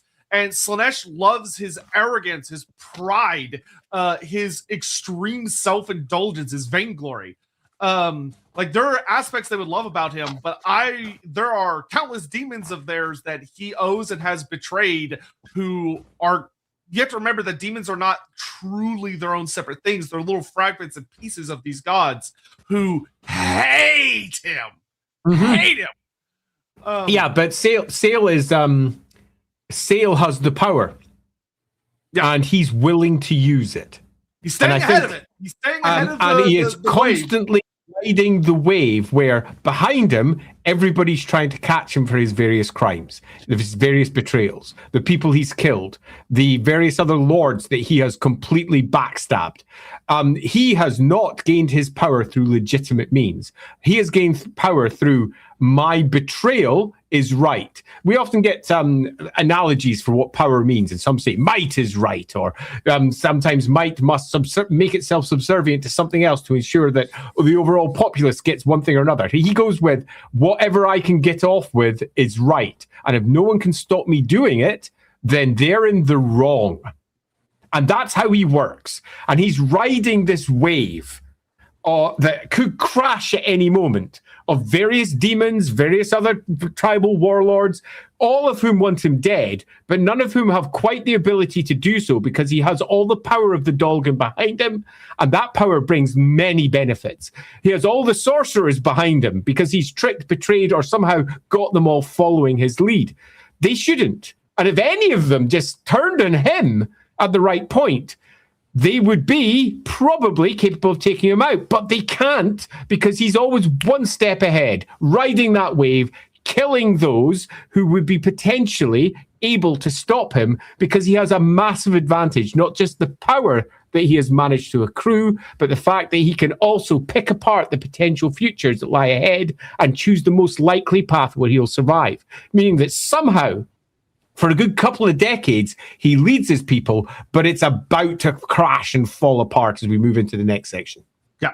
Interestingly, about the village aspect, there are some very key differences between village and Sayl that I think are really fun. Also, we have village as an option on the poll, which I will check at the end of the stream. to see who's going to win. So if you haven't, get your vote. Do go check our poll. Yeah, totally. I forgot about last that. I checked, I believe Village and the Noblars were like 1% off from each other. Ooh. I'm going to go have a look. Yeah. But no, the average Skaven slave is not nearly as good at what Sayl does as Sayl does. Yeah, I mean, it says here, as scheming as your average Skaven slave. Sure, Skaven slaves scheme. They're just not very good at it because most of them are super thick. And he's not. He has arguably one massive advantage over all the other schemers, and that he has literally no morals. None. There's nothing he won't do. And that's something that the average Kurgan, the average Dolgan, is not. The average one they've got their own sense of honor. They've got their own sense of honor to the ruinous powers that they unwittingly or wittingly serve, depending on which particular form of tribal culture you have. You've got the various martial cultures that they also follow. There's basically lots of social rules that they all adhere to. He doesn't. Fuck the rules. The rules are there for other people. And he will just go against every rule that they stand for in a fashion that leaves them shocked and horrified because they've been brought up to act and think in a certain way. He has done the opposite of that without any care at all throughout his entire life. Bonfoot, all hail Big Bob on the left. The eightfold's best. On your left. Listen, when he comes in clutch, he comes in clutch.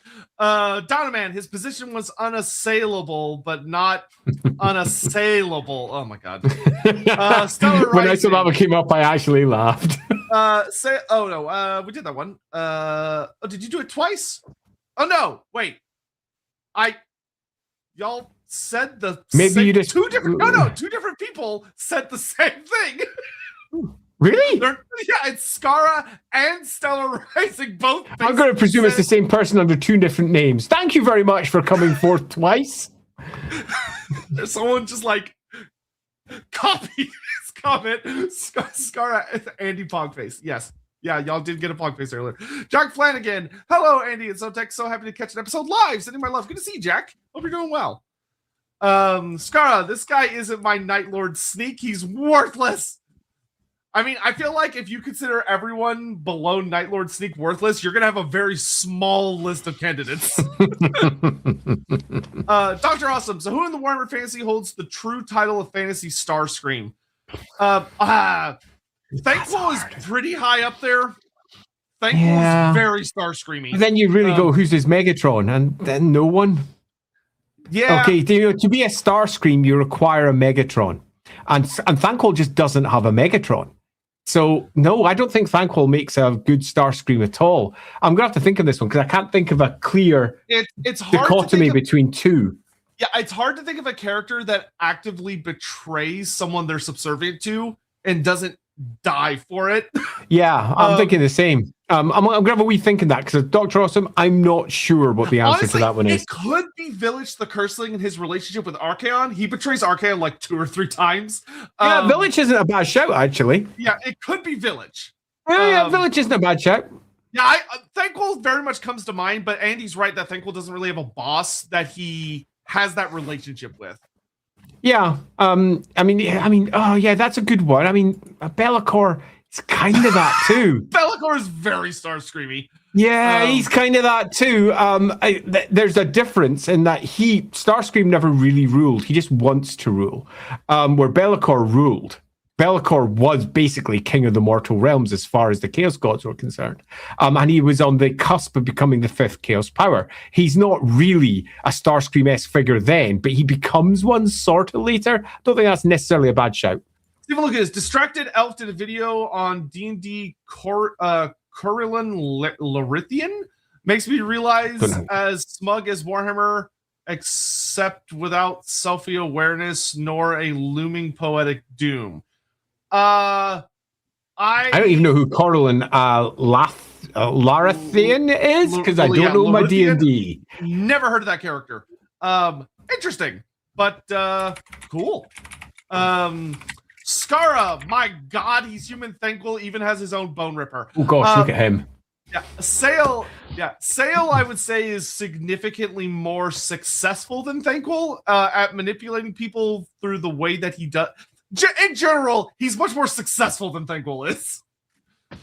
I mean, Thankful's pretty successful sometimes. Thankful more like falls upwards, whereas like Sayl is successfully pulling off plots. Yeah, he is, and he's doing a good job at it too. Dr. Oza, follow up from that, Mordheim Demon Prince ran with the idea he was blessed / cursed that no god could see him. Thought it might lead to cool story stuff. That is fun. Like that. Like that. That's a good one. Yeah, good one, Dr. Awesome. Yeah, double-edged gimmicks is good. Dumb man. So I did a course in paleopathology, disease and archaeological skeletons, and unfortunately I had to learn about the deadly birth defect called cyclopia as a part of that. So I think that is roughly what Sayl looks like. Warning, do not look up images, they're horrific. Yeah, I'm aware of said images, and yeah, I don't think you're wrong. Yeah. Lord Cypherus, so how does his relations with the gods compare to someone like Kanto the Unsworn? So Kanto the Unsworn is a character who is very, very careful. For those that don't know, Kanto the Unsworn is a chaos warrior who is quite literally as undivided as it gets, in that he refuses to dedicate to any of the major powers. But Kanto is kind of like a chosen chaos lordy type guy that very carefully does not piss off any of the gods. He's trying to stay on everybody's good side and just be as neutral as possible and walk through life without drawing attention. Sayl is constantly wheeling and dealing, making bargains, manipulating, using, and abusing everyone he can get his hands on. They honestly could not be more different. They are exceedingly different. They are two different expressions for how you can be what is often put underneath the umbrella term of chaos undivided, as in they are not dedicated to one of the chaos gods, and their character types are exceedingly different. Yeah. Skara, my God, he's JoJo from JJK, except he's pathetic. I mean, I don't know. I mean, that's an analogy that could be made, I suppose. Steven, the D&D Elf God video was 5 hours. Highlight tone deaf elves can be, but don't deeply interesting introspection. No War of the Beard or Birth / Moments. I mean, D&D is their world building is a bit different because it's more about like trying to set as much of a stage as possible for people to tell their own stories, as opposed to the Warhammer tabletop game, which is less cared about that and is more about doing its own stuff. I don't know. I don't think I'm a good person to analyze that. Dynaman, if Marathi and Sayl had a proxy war using the tribes of Dark Wrath, who wins? Marathi by 1 billion miles. Yeah, I mean, Sayl is not very good at his job. If Sayl was good at his job, the Dolgan would not be turning against him. If Sayl was good at his job, he wouldn't need to run away with a big approaching Nurgle horde. If Sayl was good at his job, he wouldn't have made so many deals with so many petty deities, all of whom want to see him dead, yet haven't been able to manage to get him because he's made a deal with another one above and another one above, as he basically juggles his deals and hopes that no one ever pins him down and kills him. Where Marathi is someone who has been playing those types of factions for millennia. Sayl's a baby. He's only like 20, 30, 40 years in practice here. He's a kid by comparison. Now, would he be a challenge? Yes. Marathi's going to be tested, and possibly tested in ways she doesn't expect, because he is going to do things that are deeply unexpected. He's a complete dick. He will do anything. He's utterly almost impossible to predict, because he will kill anyone and anything to get whatever he perceives to be his next victory. But it's far more likely Sayl, upon seeing someone like Marathi, would just cozy up to her and go, yeah, you're my pal, rather than wage a proxy war against her, because it's a war that he would probably lose. And he would see the chance of that, because he does have some ability to forecast into the future. He'd see the chance of his loss being super high. He'd be much more likely to say, hey, Marathi, can we be pals? Yeah, and he's silver-tongued. This is exactly what he did with Tarmakon.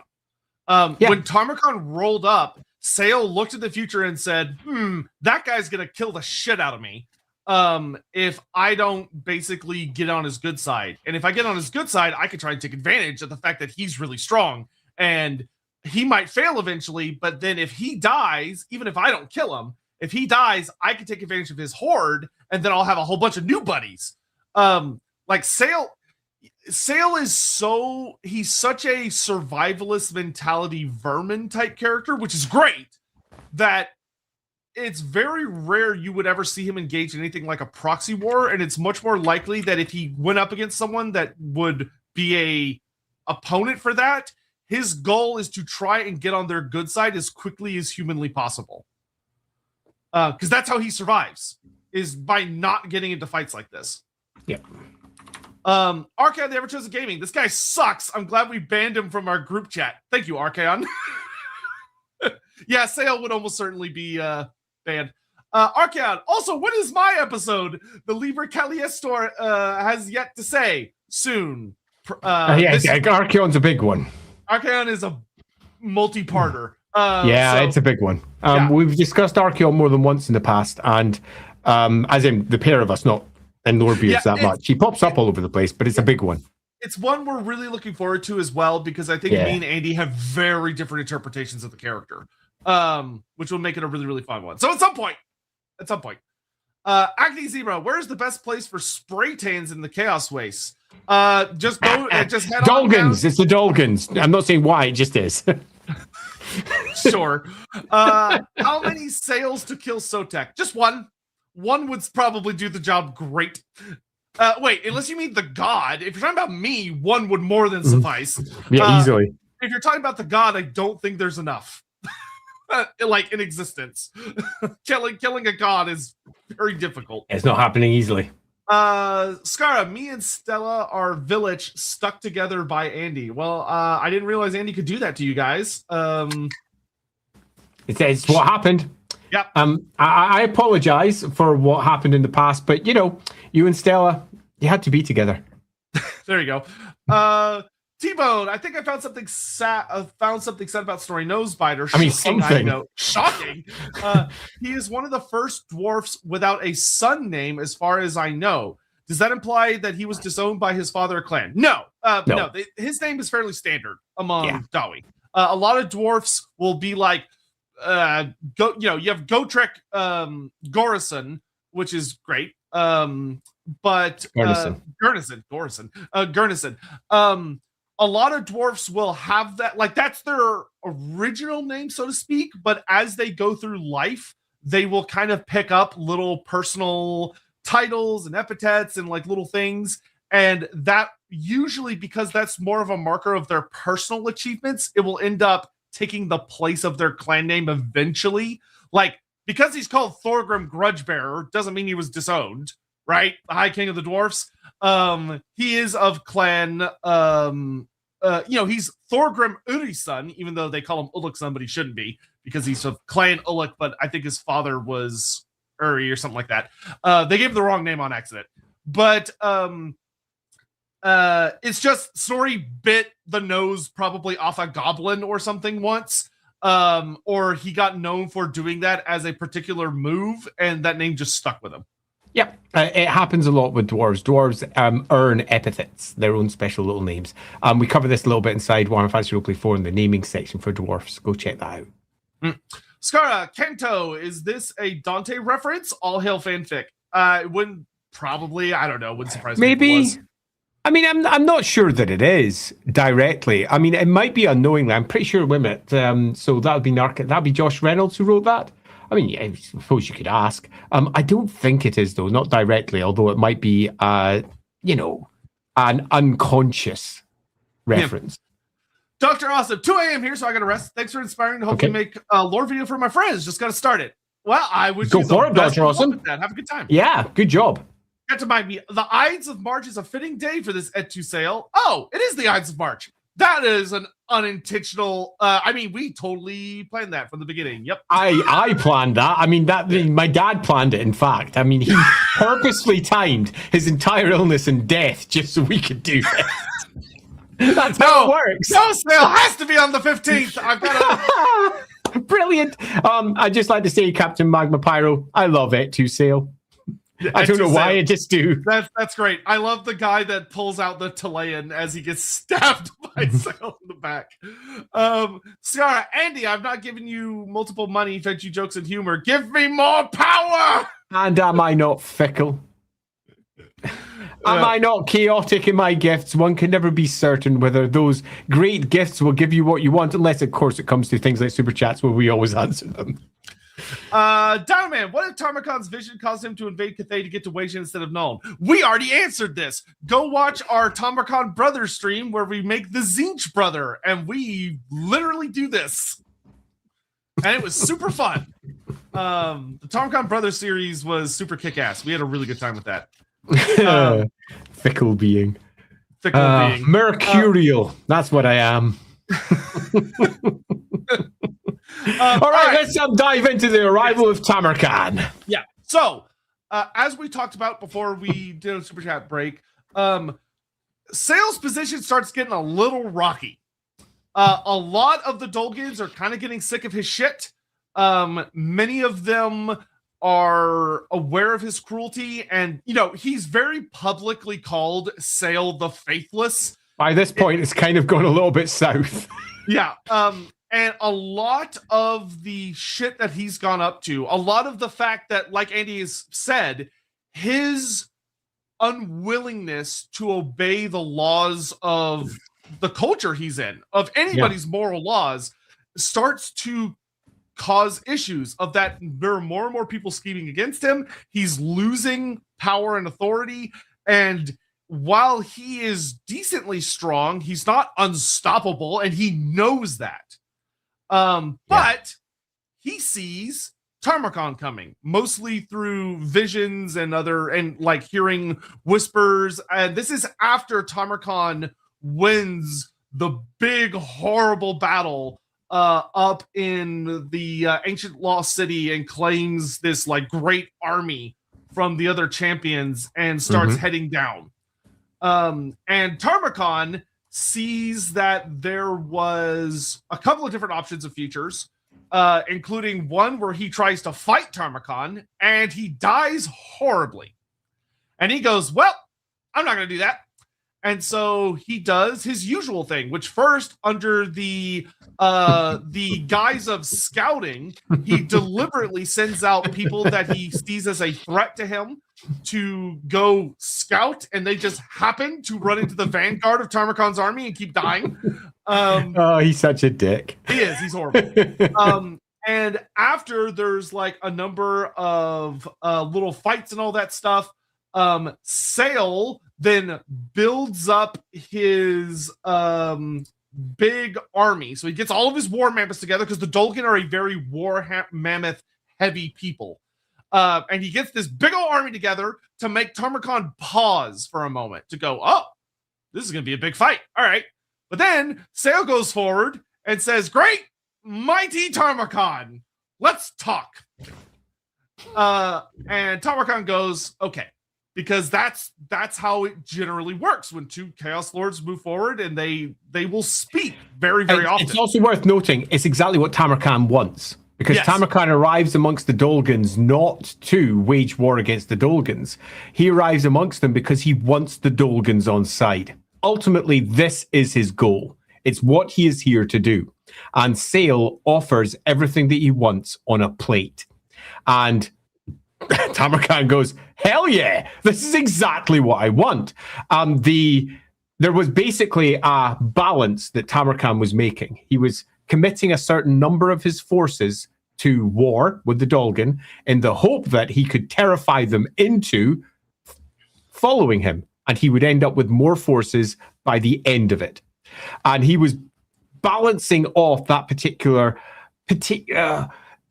set of numbers in his mind when Sayl basically goes, those numbers you've been thinking about and how many losses you could occur, let's just balance the books now and say you don't need to lose any more. And Tarmocon sees the absolute value of that, because it is an absolute value. And all he requests is basically, yeah, do what I say. And Sayl sort of says, yeah, kind of maybe. Yep. So they team up, and to Tarmocon's credit, Sayl goes, all right, I'm ready to go south. The Tarmocon goes, nah, we're going north. Yeah. So I love this little bit because this is a piece that makes it quite clear that Tarmocon is a figure who is underneath the aegis of a very powerful creature, Nurgle in this particular case, and has his own thoughts and intentions, which are quite unlike the expected ones. Now, the expected ones for Sayl are the ones that are most likely to occur. So if you can imagine Sayl sitting there casting his sight forth into all the different potential paths that could occur, most of them would say, if Tamarkan goes south down into the soft Kislev, soft Empire, we are going to fucking nail them. It's going to be pretty great for me and the Dolgans. I'm going to do good out of this. And he sees most of this as part of his ability to see the potential future. But Tamarkan isn't about taking the easy path. He's different to Sayl. His path is quite different. And he intends to, eventually attack the Empire, but from underneath, which is a ridiculously stupid, overwrought, difficult path that is likely not to succeed. So Sayl, being Sayl, looks at it all and goes, he's most likely to go that way. Excellent. And then Tamarkan goes, hey, I'm going over that way. And Sayl goes, worse. That's not what I hoped for. Sayl is a very good manipulative figure that's very good at predicting the most likely future. And the problem that Sayl runs into is this is the first time he has had to deal with someone that is heavy with prophecy.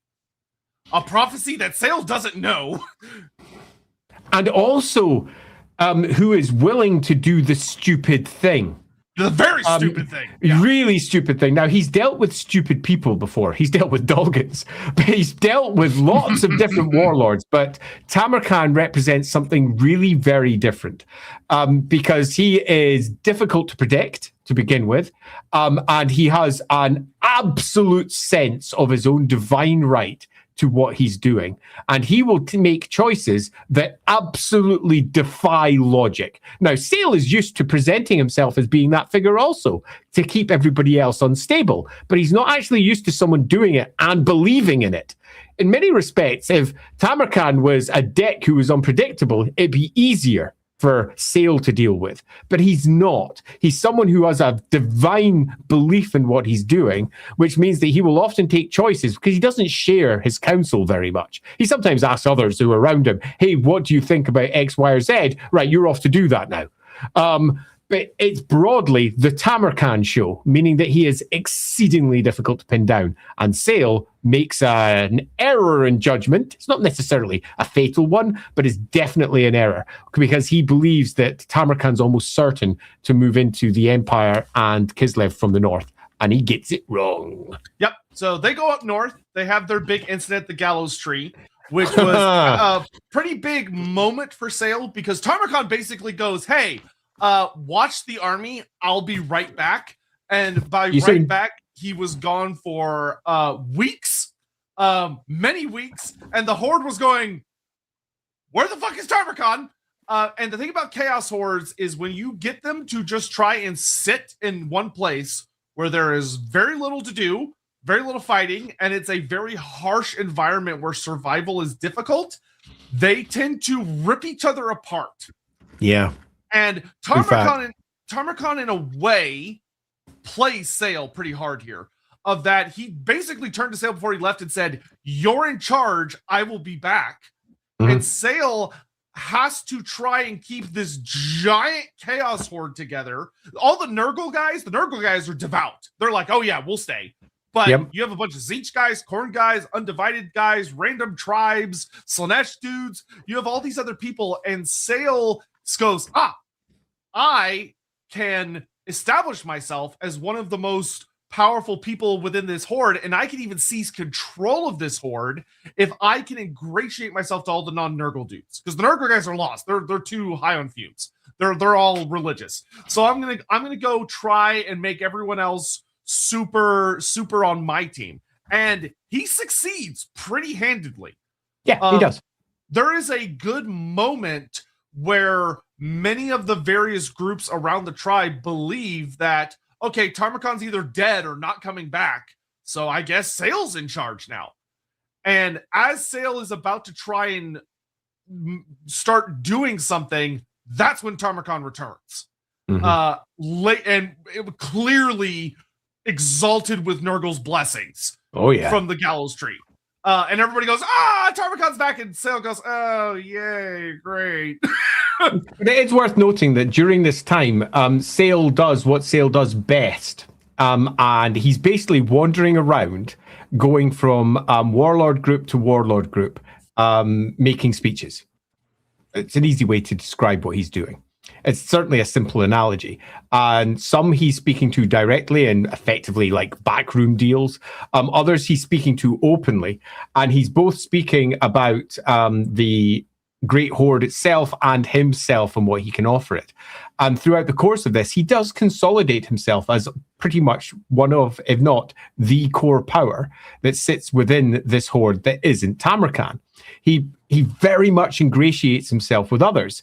Now, is he wholly successful? No, because he is dealing with a lot of extremely devout individuals. Not just devout in one of the particular Chaos Gods, but devout in Tamarkan as well, and his great success. But this horde includes many that Tamarkan has defeated and don't like him very much as well. And many of those start to fall underneath that Sayl's sway because he presents an alternative which seems a better option, meaning that many who might have considered themselves to be Tamarkan's people very quickly become Sayl's people. Yeah. So from here, they head down across the Eastern Steppes, down into the Mountains of Morn, and they go through a series of journeys there where Sayl is a pretty decent advisor to Tamarkan. He gives some little notes here and there about, we should go this way, we should do this. And he is in Tamarkan's inner circle. And they make their way down. They go through the Ancient Giant Lands, and they eventually reach around the area where they need to start to turn west to head to get basically through the Ogre Kingdoms out into the Darklands. And this is where Sayl sees an opportunity, because Sayl this entire time is constantly like sending out scouts to just know what's going on. Like Tamarkan doesn't really give a shit because he's very much on a destiny says I go this way. This is the path I want to take. This is what seems to line up with the prophecy the great unclean one gave me back at the gallows tree. So I'm just going to go this way. I've got giants, yada, yada, yada. But Sayl is constantly looking for information, constantly looking for opportunities. He is just sending out scouts. And eventually one of them comes back and says, hey, there's a big old weird tower over that way. That's made out of a bunch of crazy materials like jade and jet and stuff. And Sayl goes, oh shit, that's Cathayan stuff. I would love some Cathayan stuff. Love me some Cathayan stuff. Oh yeah. Sayl was literally us, the community, back in like 2008 or whatever. What does Cathayan look like? Yeah. Go, Sayl. Go find out. Yeah. So to kind of, in the interest of time, fast forward through this, Sayl attacks the Tower of Asher. And the Tower of Asher is the westernmost outpost of Grand Cathay. That's this big old defensive tower out in where the mountains meet Western Cathay to basically defend one of the ways into Grand Cathay. And Sayl's goal is to take the tower, get some cool knowledge, peace out. Instead, it goes really badly. Initially, he's actually quite successful. Like, he does defeat the initial Cathayan defenders. He manipulates all the Beastmen tribes into helping him that they had gathered along the way, because he manipulates the Beastmen's hatred of Grand Cathay. And significantly bolsters his forces because of this. Yeah. And he attacks the tower, but ultimately fails when the tower turns out to be powerful enough. It has like a bunch of reinforcements and stuff, but the wizards at the tower quite literally call down a giant meteor almost on the tower itself just to stop Sayl from getting it. Which doesn't even destroy the tower because it has really powerful magical defenses. And Sayl was like, damn, all right. So Sayl retreats, and when he gets back to Tamarkan, the thing was that meteor that got thrown was such a big boom that Tamarkan was like, what is that motherfucker up to over there? And when Sayl shows up, Tamarkan is pissed because Sayl didn't tell him where he was going, took all of the Beastmen with him, and pretty much all of the Beastmen are dead. Like, almost the entire Beastmen contingent of Tamarkan's army has been wiped out. And Tarmakhan summons Sayl to him, and all of the other, there's this funny note where all of the other generals, all of the other lieutenants and everything, and Tarmakhan's army are like, oh, he's gonna get it! He's gonna get it! It's coming! Yeah. And Sayl walks in, and Tarmakhan basically accuses him of stealing parts of his army, going off and wasting them in a pointless attack that he didn't sanction, and so he's gonna murder him for betraying him. And Sayl is like the ultimate. If you've ever seen the the word just popped out of my brain. What's it called? Narcissist. If you've ever seen the Narcissist playbook, where it's like these series of quotes that you'll hear from every narcissist, where they're like, "What I did wasn't that bad. If it was that bad, it's this. If it was this, it's this." Like Sayl basically goes through the narcissist playbook to say, actually, what I did wasn't that bad. And if it was that bad, it wasn't my fault, because it was the Beastman's fault. They attacked. I just happened to be there. And Sayl plays the most clever game of technicalities, where they're kind of in like a court scenario where Tarmakhan, as the Lord of the Horde, is about to pass judgment on Sayl. And Sayl knows for a fact that Tarmakhan doesn't like him and is just going to kill him because Tarmakhan's sick of his shit. And Sayl does the one thing that he can't do to get out of the scenario, which is that he basically takes it over Tarmakhan's head. And he says, you cannot judge me because I call upon the gods themselves to judge me. And if they believe my words are false, let them strike me down where I stand. And everyone goes, oh, and nothing happens. Because Sayl basically says, I did not lose a single troop, because he didn't. He let the Beastmen die for him. Yep. And because he basically kicked it into the god's court, it causes a very clever cultural defense where Tarmakhan can't now attack him, because if he does, he's going against the will of the gods. Yeah, it's a brave gamble. And it's a fun gamble. In fact, as Wesley says, it's a brave gamble. Yeah. So he's in a position that is relatively weak, and you have to almost wonder why. Why does this occur? What is the benefit? What was he really trying to get? And it suggests that there might be some sort of extra story that could be told here concerning the true reasons for why he's trying to take down these Cathayans. There could be an extra piece to this story, because he does so in such a devastating fashion, and not devastating to, well, the opponent, more devastating to him. They cause casualties. It goes bad. But you could argue that the devastation was actually to Tarmakhan and his forces and the Beastmen. And it could be a much more simple plot than it might first appear, which is, I need to weaken Tarmakhan's hold over this horde because he's a madman. He is utterly consumed by his need for effectively prophecy fulfillment, and he will go against all good sense. By this point in his adversarial role, he's seen Tarmakhan ignore him again and again and again and again and again, to the point that he's now getting a bit desperate. And this is one way of interpreting it, that he is purposefully weakening Tarmakhan so that he can be in a stronger place later. But equally, you could flip it in his head and say, if those Beastmen were so easy to sway, then surely they would be his Beastmen. He's actually weakening himself.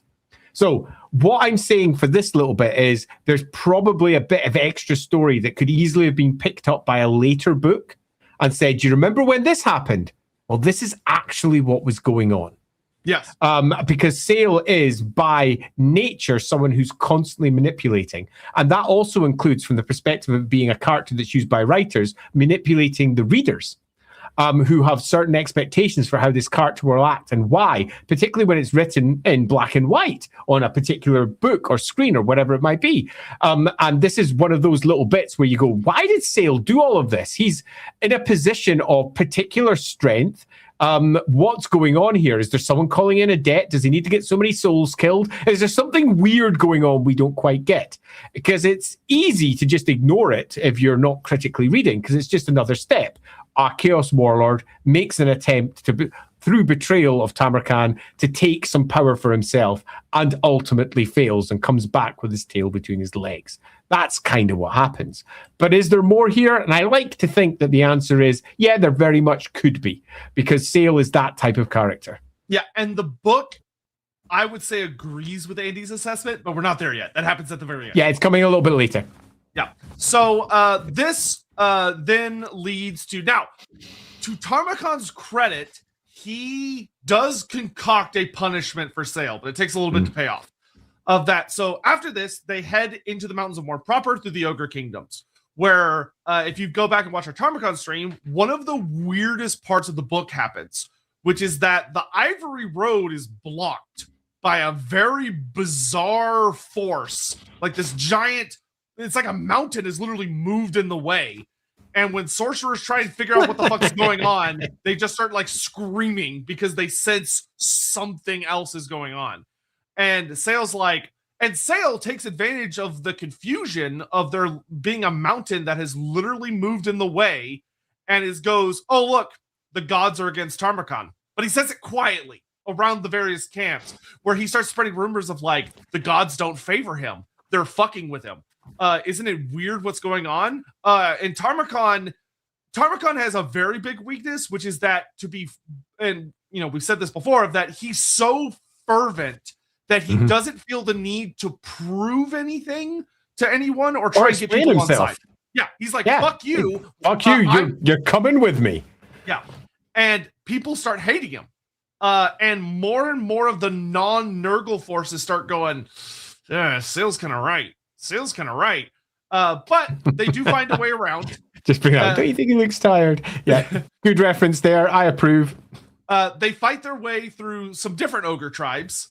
Very conveniently avoid Grease's Goldtooth, who will be showing up on Lorebeards in 2 weeks. And they make their way out to the Darklands. And in the Darklands, they approach the Black Fortress of the Chaos Dwarfs, where they fight Drazoth the Ashen in a really big battle near the River Ruin.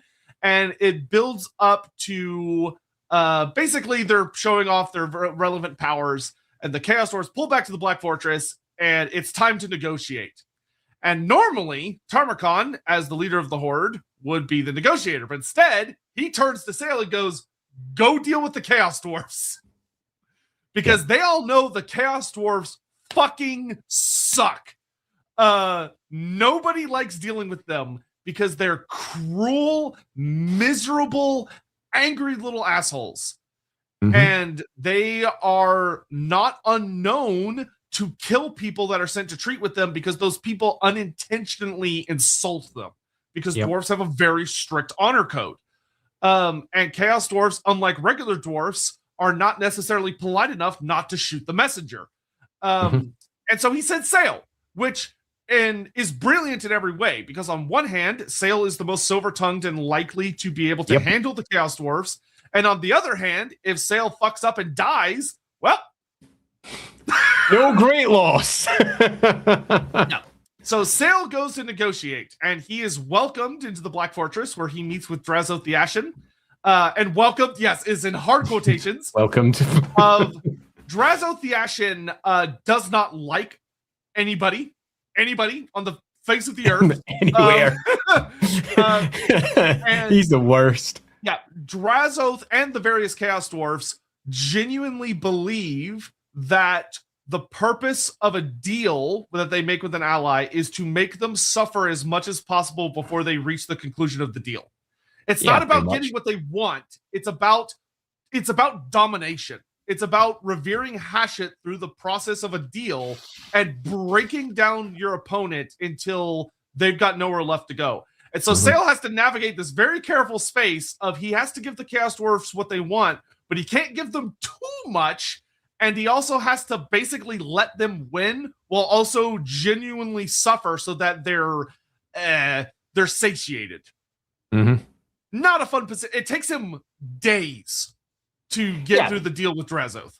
But let's be honest, he's exactly the right sort of guy for this. Oh, yes, he is. Because he himself thinks not entirely dissimilarly, in that any deal that he makes is basically for his own benefit. He has a slightly different angle in that he just wants other people's shit, and he doesn't care what they think they're going to get in turn for it, because by the time that they ask for him to pay it off, he'll have moved on and will be making a deal with the next person to protect him from the people he made a deal with last time. Sayl is a natural deal maker, a natural salesman, I suppose, a natural silver-tongued diplomat. He is very, very good at this because that's pretty much how he's waged his personal wars for his entire life. So does he succeed? Yeah, pretty much. Yeah, he does. Yeah, rather good. Well, now it's noted that he's pretty haggard and exhausted when he finally gets out of there, but he does very much succeed in Tarmogon's pleas. They fight a big dragon. They do a bunch of stuff. The Chaos Dwarves armor, like give them all the fresh big armor hill from earlier. Yeah. The dragon. They start heading out to the Border Princes. Now, this is where there's another twist of when they get to the Border Princes. Let's stop here and grab our super chat so we don't get a massive block later. Okay.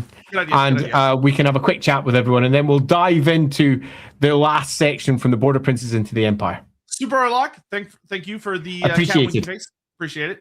Dominic Lynch, hi. On the Colleges of Magic, you said only 2 people survived the Flame of Ulrich, but didn't Mandred's Skaven Slayer do the same? Did he? Did Mandred walk through the flame? Did Mandred walk through the flame? If he did, I don't recall it. So I occasionally miss stuff or forget stuff. I'm going to check that while I have no recollection of Manfred doing it, but maybe he did, Dominic. And if he did, then I am going to have to go and check that one out. So I'm going to go check that out while you're checking out the other part. If he did, it would have been I think that would have been an exclusive part of the trilogy, the Black Library trilogy story. It's a classic. They both fell into the flame. Miraculously, Mandred emerged with his cuts and bruises. Okay, yeah, he did. Okay, so that was in a novel. Probably the Black Plague ones, I would have guessed. It was. Yeah, someone tried to assassinate and they both fell in. Yeah. And there we go. So make that 3. 3. Yeah, good catch. Very good catch. Yeah, good one for that. I'll add that to my own little personal stick. I haven't read that book for so long, I'd literally forgotten it. So there we go. Dangers of being old. Good catch. Thank you. Appreciate that. Sir Panza, Tarmogon should have taken a page from Megatron's book and turned into a gun and shot Sayl Scream in the face. Yeah, he probably should have. Yeah. Why didn't Tarmogon just turn into a gun, stupid idiot? Anyway, stupid fool. Why didn't the maggot just crawl in a gun? Dynamite, despite Tarmogon's army likely having many Nurgle Minotaurs, Sayl managed to be the biggest bullshitter in the horde. Oh! Very nice. Also, honestly, all I've heard from Tarmogon's book makes it seem like one of the best written looks at the politics of a Chaos Horde. It is. It's one of the few that bother with the politics of a Skaven Horde. It's great. I really liked the book when it came out. And it was pretty. It was chunky. It was really nice. And I was very sad to see that we were going to get no more of them. Yeah, GW taking that from us was awful, and Alan Bly passing away at such a young age was also incredibly awful. Because I'm sure with how popular a lot of stuff became after the death of fantasy and like the Total War taking all that stuff, I'm sure Alan would have loved to discuss what could have been, but sure, but it never happened. Ascendant Overlord. Sayl attacks the same spot again Total War. Yes, we will actually get to that because there is a place it happens in the timeline. Because Total War adds on to his story. Watchdog. Any lore on the others within Tarmogon's Inner Circle? Not a ton. There's a couple that are talked about. Interestingly, they're not. Or there's a Dragon Lord. It's like Osprus the Viper or something like that. There's a dragon riding Chaos Lord that's a notable part of his Inner Circle. There's good old Kask, who's in Total War, which is the guy that he doesn't have a lower jaw, so he just hisses. He doesn't really talk. He is. Kask was by far the most loyal. And Kask hates Sayl. For good reason. Yeah, Kask and Sayl actually had a couple of standoffs throughout the entirety of the story because Kask is basically the fanatically, religiously loyal figure to Tarmogon that believes in him. And Sayl is the complete opposite end of the spectrum, and they both recognize each other for what they are. Kask never trusted or wanted anything to do with Sayl. He actually tries to kill Sayl twice, I think, in the story. But Tarmakon always stops him.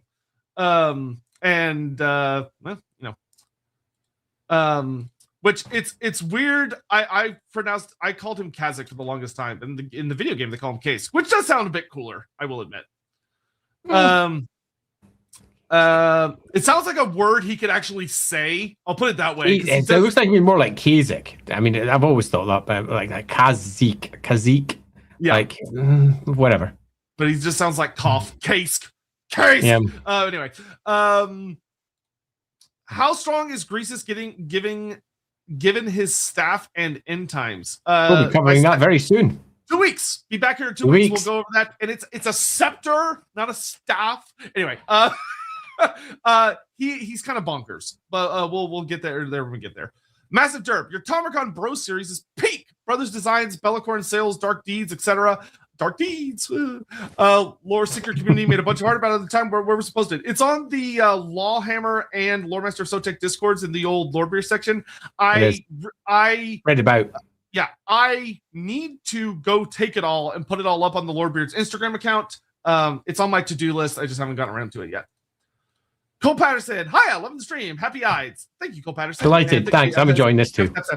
Yeah, I'm so pleased that it's the Ides of March for Sayl. I wish I had remembered that before the stream started.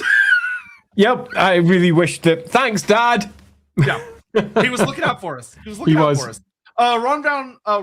Ryan, Jesus, Von Ager. Sayl reminds me of Odin from God of War Ragnarok, where Mir says if he tells you snow is white, he's lying. Silver tongue, but can't stop. Yes. Yeah, I think that's fair. And also, like Odin, he managed to secure himself significant power, often at the cost of everyone else's. Yeah. So, thank you. Border Princes. Guys, the Border Princes. This is where Tarmakon's journey basically starts to fall apart. Tarmakon and his group, with Sayl and Toe and everyone, they arrive at the Border Princes, and at first, everything's going swimmingly. They're kicking ass, chewing bubblegum, they're killing lots of people, making lots of sacrifices to the gods, getting lots of food and stuff.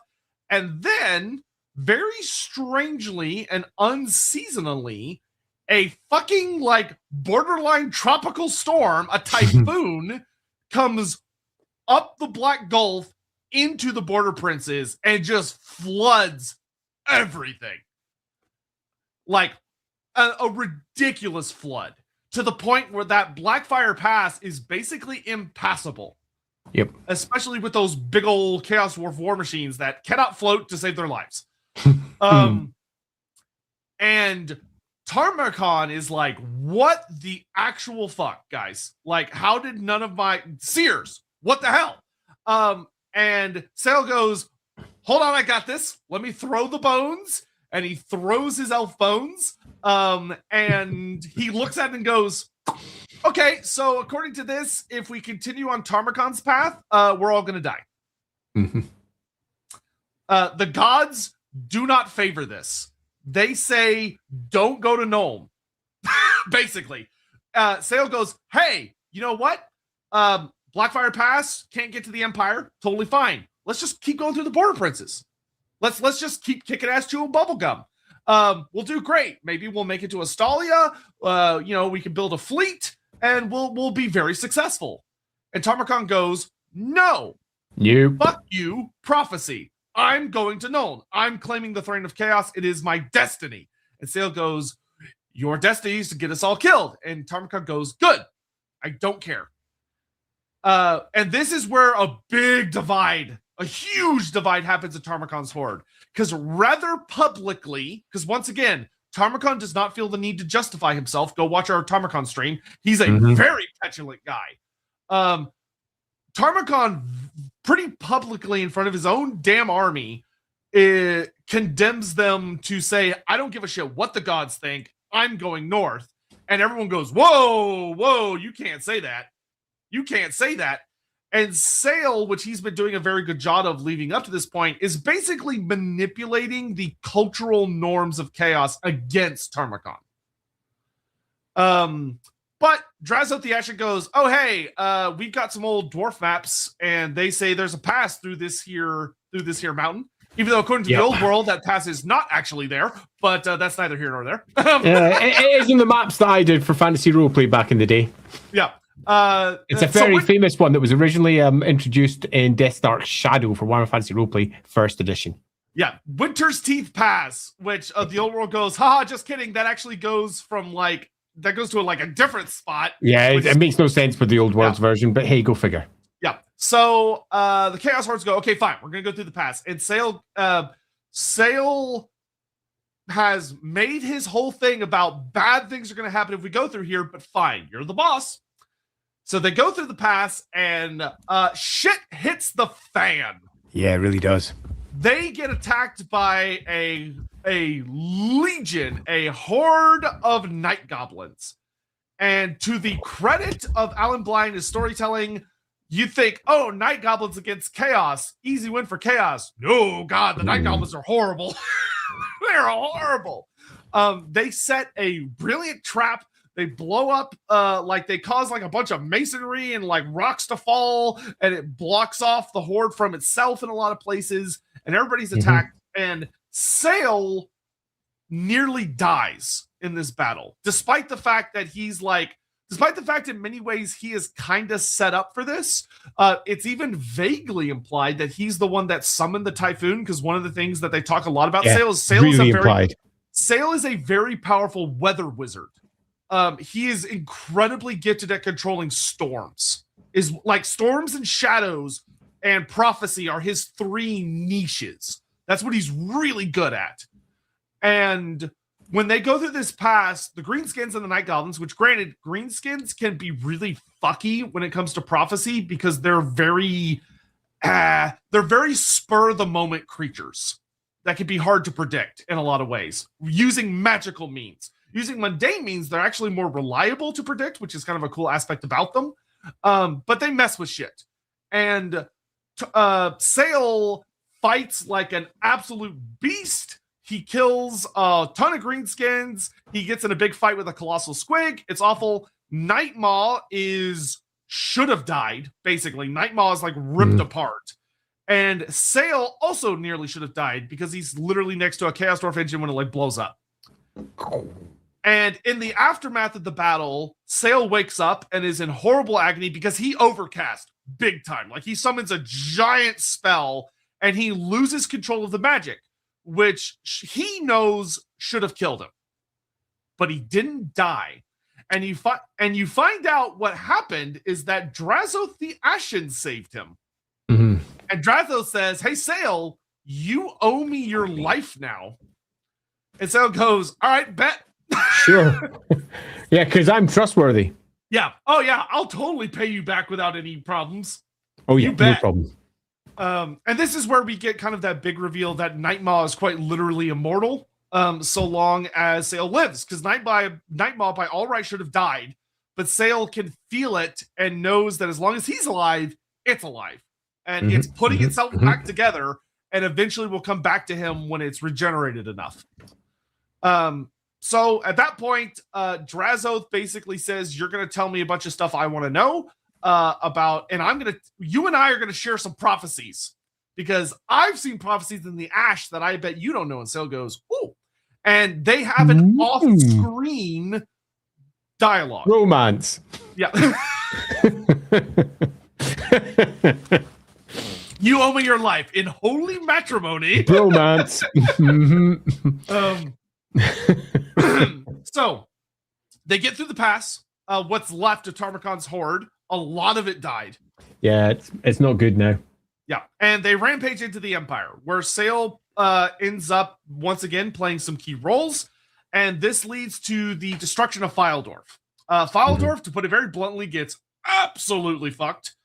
And with the fall of Fyledorf, Sayl is the absolute bastard who, as Tarmacon is lording his victory, he's calling out to Nurgle to anoint him. He has taken the throne of chaos. Sayl quite literally basically walks up behind him and goes, hey, idiot, what's that? You see that sign over there? And Tarmacon looks at it and Sayl goes, this isn't Nolan, you dumb bastard. And he just poofs, basically. See ya. Yeah, and he leaves Tarmakon to rage.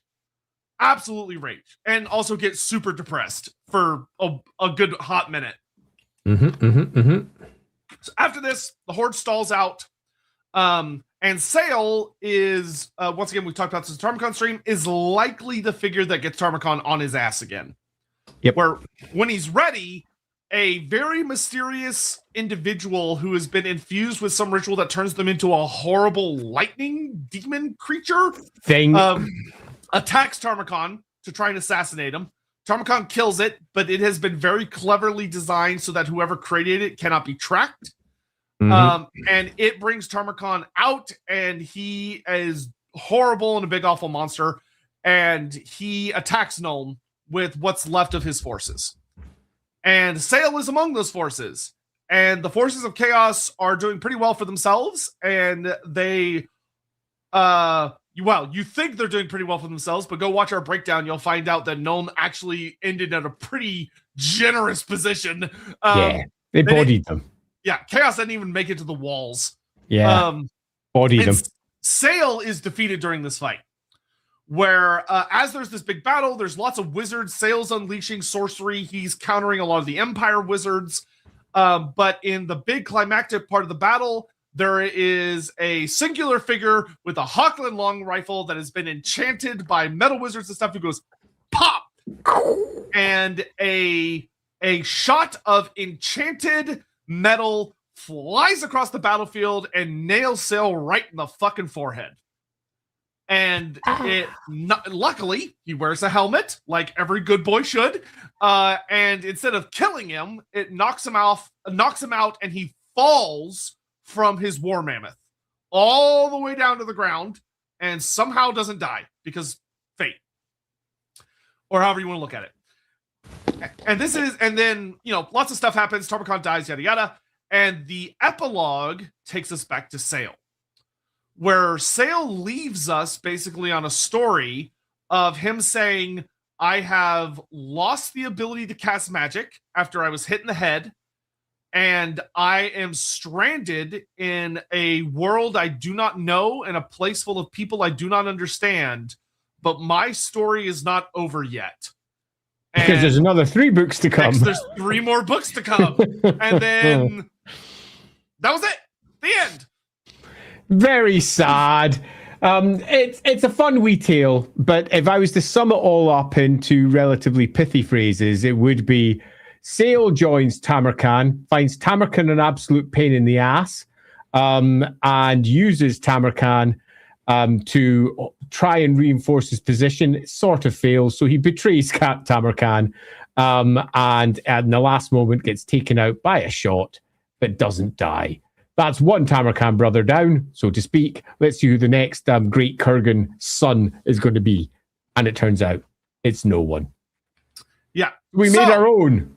Yeah. This is where we would spend the last 30 minutes going, that's it. Except that's not it. It's not it. There is more. Yeah. Because then Tides of Torment hit. And Tides of Torment did something kind of cute, which is that instead of saying, hey, we're going to let you play as Sayl at the start of Sayl's journey, they say, nope, this is the epilogue. And we got a short story written by, it's one of the Black Library authors. Yeah, because it wasn't written, usually like Andy Hall writes them, but they actually got somebody else to write it this time. Yeah, they did.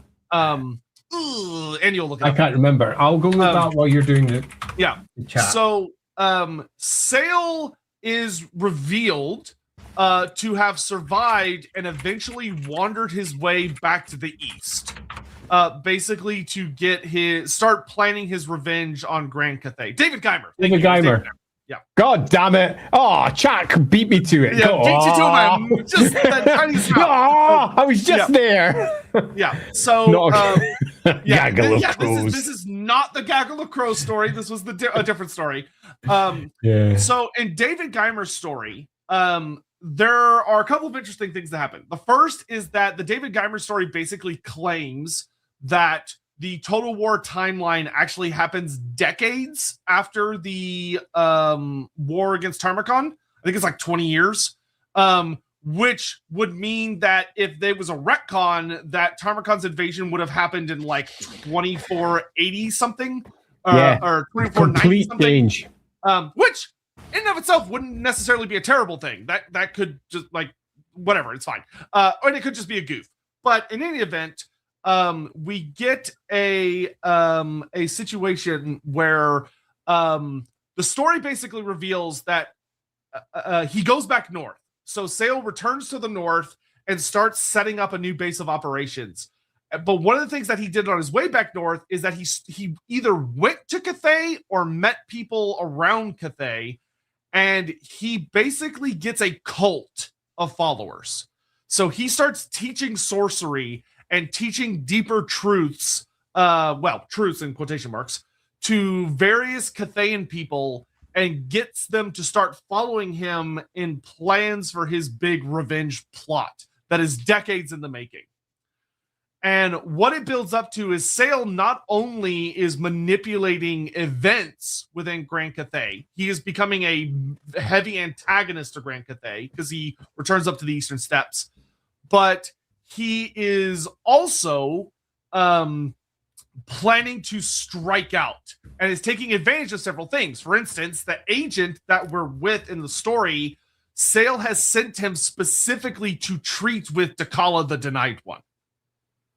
And this guy, who is a follower of Slaanesh under Sayl's tutelage, and he refers to Sayl as Master, literally goes on this big journey. He murders a bunch of his fellows, and he makes his way to Dakala the Denied to likely pass on some message or treaty or whatever from Sayl so that Sayl can manipulate her into doing what he wants her to do so he can take advantage of it. And this builds up to his Total War storyline, where a couple of fun things are revealed. The first is that Sayl has connived a new scheme, which is that instead of doing some big ritual to empower one of the Dark Gods champions or signing up with any of the other big bads of the Dark Gods, he basically takes several rituals that he's encountered throughout his life, and he decides to create a new ritual, which, if it succeeds, will funnel a massive amount of magic into him in a way that he can control. And he will become an unparalleled sorcerer of incredible power. Typical bad guy plot for a good Total War game. Which, yeah, cool, great. Yeah, he actually becomes the Chaos Sorcerer that many expected that he would be back in the Tamarkan plotline, because you read the story and you're like, holy shit, he's going to be powerful. Then you read his stats and go, oh, he's not.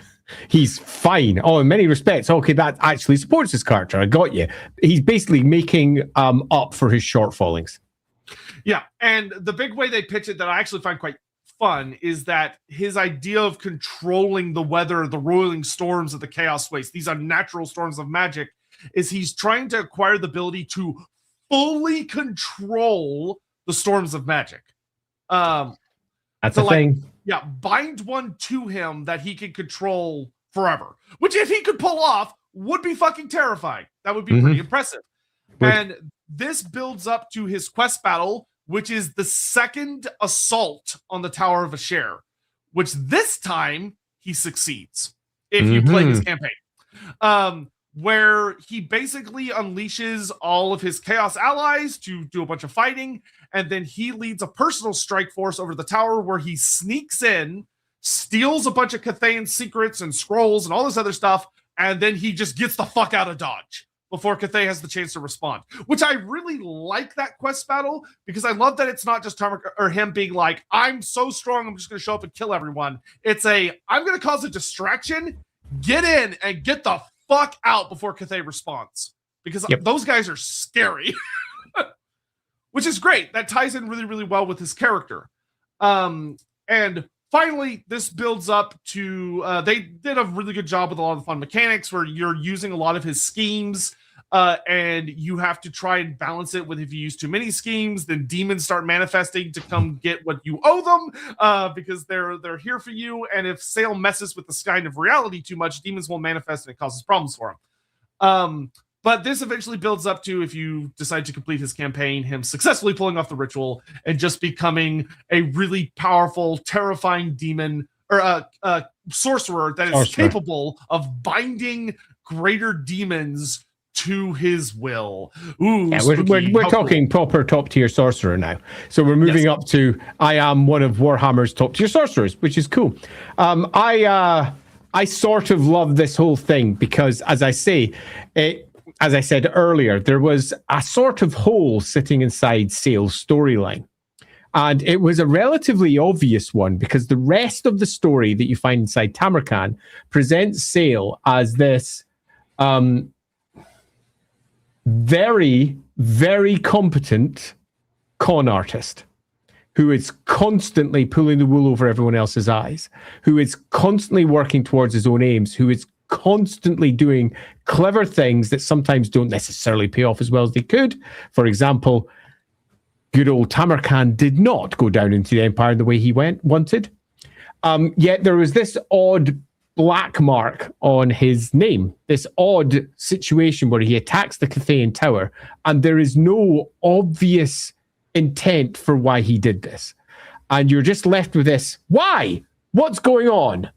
And they've come in afterwards and they've gone, hey, I've read through it all, and we've got this battle that doesn't make an absolute amount of sense. Let's provide some extra justification for that and say this was always basically his plan to become a much more powerful sorcerer, to become like his old master before him, one presumes. Someone who had access to greater powers and could do much, much more. The very master that he killed much, much earlier in his career.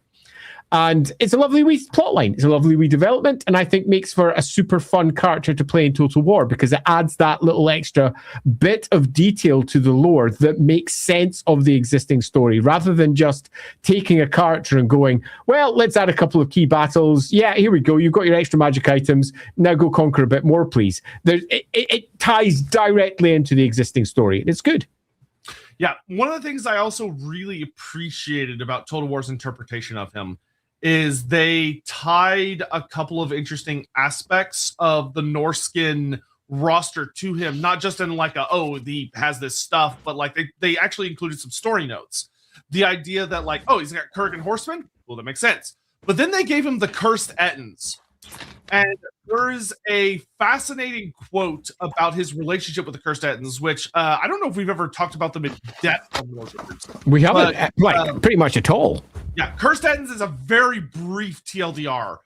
Cursed Ettins were originally a tribe of Norskins who made a pact with the Dark Gods and grew incredibly powerful, but then they betrayed the Dark Gods when basically an Everchosen showed up and was like, come with me to the south, and everyone went with him except those guys. And this tribe that the Dark Gods have given a lot of power to, they said, oh, hey, let's ransack all the other Chaos guys' houses because they're all fighting the south like a bunch of idiots. And they went and ransacked a bunch of altars of the Chaos Gods and burned temples and a bunch of other stuff. They goofed. Man, the hubris was what a mistake.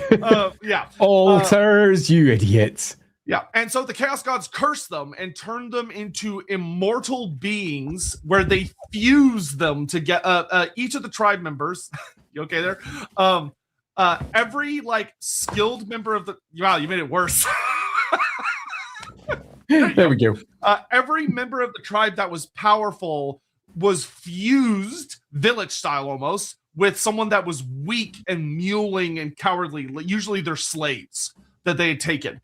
And they became thralls. And they became these horrible amalgamated people with two heads, which is what an Ettin is. And and with time, they grew in power and size until they're as large as the giants of Warhammer Fantasy, which are fucking massive.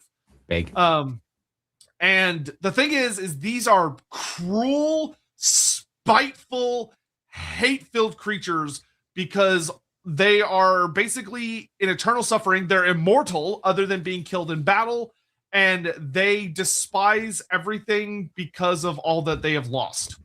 And they're nasty, nasty creatures that most people are terrified of because they, like, if one of them catches you, they genuinely have a rule about they don't like to kill people right away. They like to torture them as much as possible, like pulling them apart like insects before eating them because they want you to suffer like they've suffered. They're horrible monsters. And there's a fun little quote here that I love, which notes that in Sayl's horde, he has a significant number of cursed Ettins, which says, the abominations, notably the Twisted Ettins, under Sayl's control, have their murder lust honed with the same care as he has excised their awareness of himself as a possible target of their wrath. Of that, Sayl gets close to these very sentient, aware, talking monstrosities and manipulates their cruelty, their hatred, and their malice into serving for him. And it's such a perfect use of him as a character to be like, this is how the Cursed Ettins are appearing among these tribes, because Sayl is playing them. Perfect. Which it just works so well for him as a character. And we got like some more Famir stuff with him, which I think Famir would also be a very easy target for Sayl to exploit. Hey, they've got one eye. They'll do. Yeah. He's like, hey. A baleful eye? I've got a baleful eye. We should be friends. But Sayl is a genuine expert at manipulating the desperate, which you have to keep in mind. That is so much of what life is in the Chaos Waste. It's desperate. It's a harsh, unforgiving world of survival of the fittest. And Sayl is very much, especially when you haven't spent a whole life with him, Sayl can be a messiah figure who is offering you guidance, and he is willing to tell you anything to get what he wants.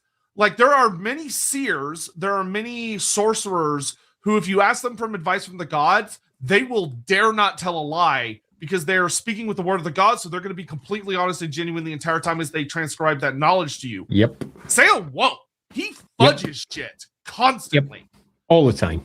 And for groups as desperate as the Famir, many of the northern tribes who are far from the exalted heights of glory, the Cursed Ettins, who some of their nature is going to be desperate to please the gods, to maybe forgive them, to give them back what they once were. And Sayl's the kind of motherfucker who would say, I can do that. I can lead you on a path. I can give you back what you've lost. I could make you human again. Just do what I tell you. Yeah. Like, he would have some of the most horrifying creatures and individuals in his host, because he would have the absolute dregs that the rest of Chaos has turned their backs on, because those people have violated the morals of Chaos, but Sayl doesn't care. Yeah, I think we're getting a good measure of his character here. He is someone who will say absolutely anything to empower and enrich himself. That's it. It's as simple as that. He is the worst. The absolute worst. He is utterly selfish and utterly self-motivated. And there is nothing, not a thing, that he would not sacrifice in order to further himself. Yep. And that's why also, if you're ever playing Wolfrup of any kind, he makes for a perfect fucking antagonist. Yeah. And he can even make for a perfect, Patron? Patron. He can make for an excellent patron that you will hate, but you may need. Yep. Agreed on both counts. Cool, let's get our last batch of super chatty things before there's a few of others now, I think. Chapman, speak of the devil himself. Oh, Sayl, we met him once in our Warhammer Fantasy Roleplay campaign. He acquired an artifact which was a dragon egg encrusted with warpstone. He attempted to steal it from us, but we swapped the egg with a duplicate full of nurglings. Hilarious. Poor guy. Classic prank. Classic. Love it. Y'all literally got him with the porch pirate bomb. Love it. Great. I'm sure he didn't take that personally, and he's not scheming to get you assholes back at the nearest opportunity. And with that, we've got a few more super chats. Oh, did we? Yep, we've also got Gorthor stream when? Oh, Golthor, man. Golthor would be a good one. That'll probably be on the next poll. Put him on the list. I like that one. We also have from Dynaman.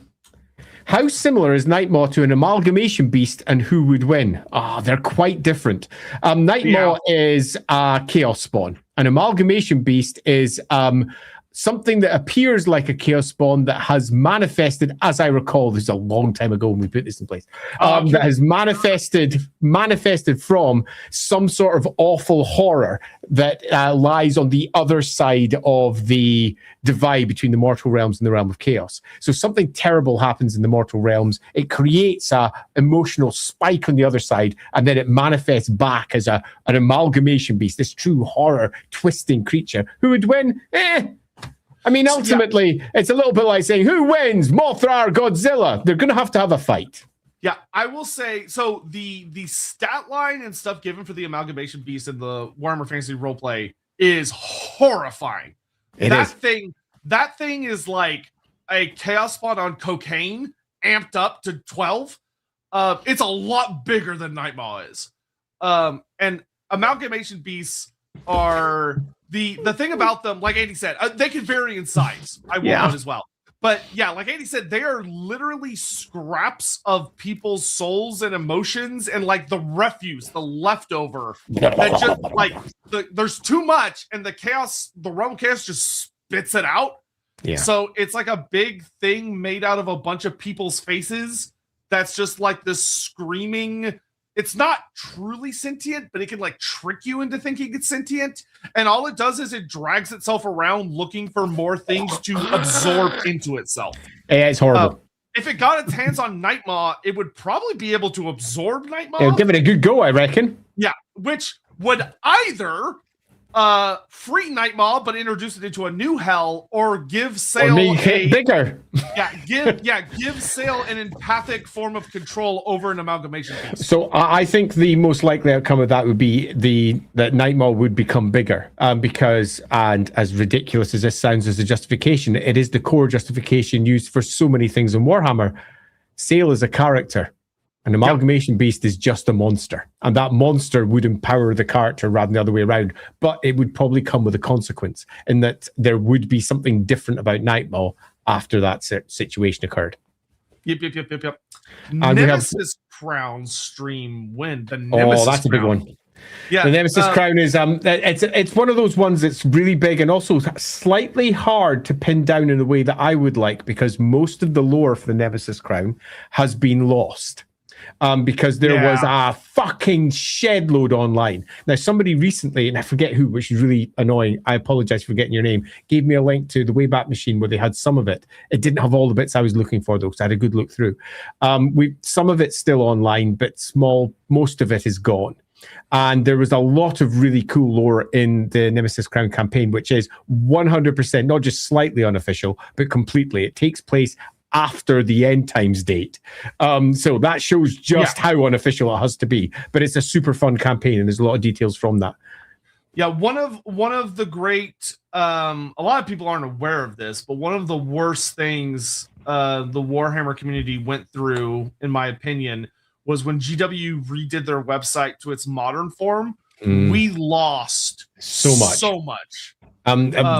There's a core document that was lost in that where they explained all of the justifications for the ogres when the Ogre Kingdoms was released. And there was tons of chat about halflings and why they were the way they were, all gone.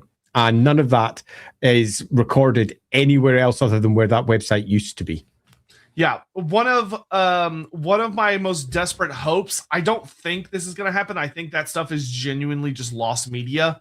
But one of my biggest hopes is that that's the kind of stuff Warhammer Plus should be used for, is to bring stuff back that is genuinely impossible to get your hands on and put it in an archive that people can access through Warhammer Plus. It should be free, but it's gone. Yeah. But I genuinely believe, like Andy said, I'm pretty sure they've just lost it. Yeah, which me too. Sucks, because that's sucky. like, we lost the Nemesis Crown, we lost all of the finer details of the Storm of Chaos campaign, we lost because that was like a whole written narrative that's just gone. It was basically the Warhammer version of the burning of the Library of Alexandria. They lost a lot of really cool stuff, and I was working on Warhammer at the time, and I was using that website, and I regret to this day that I didn't take all the bits that I thought would be useful. And there's a part of me that goes, I could have done that, and I didn't. Ah! Yeah, I was watching a video the other day that stressed me out, where it was this person talking about how there's a fallacy a lot of us live under, which is the idea that the internet is truly forever and that every web page and the information on it is immortal, and it's really not, and is actually super vulnerable. But backing it up is really time and effort consuming and space consuming.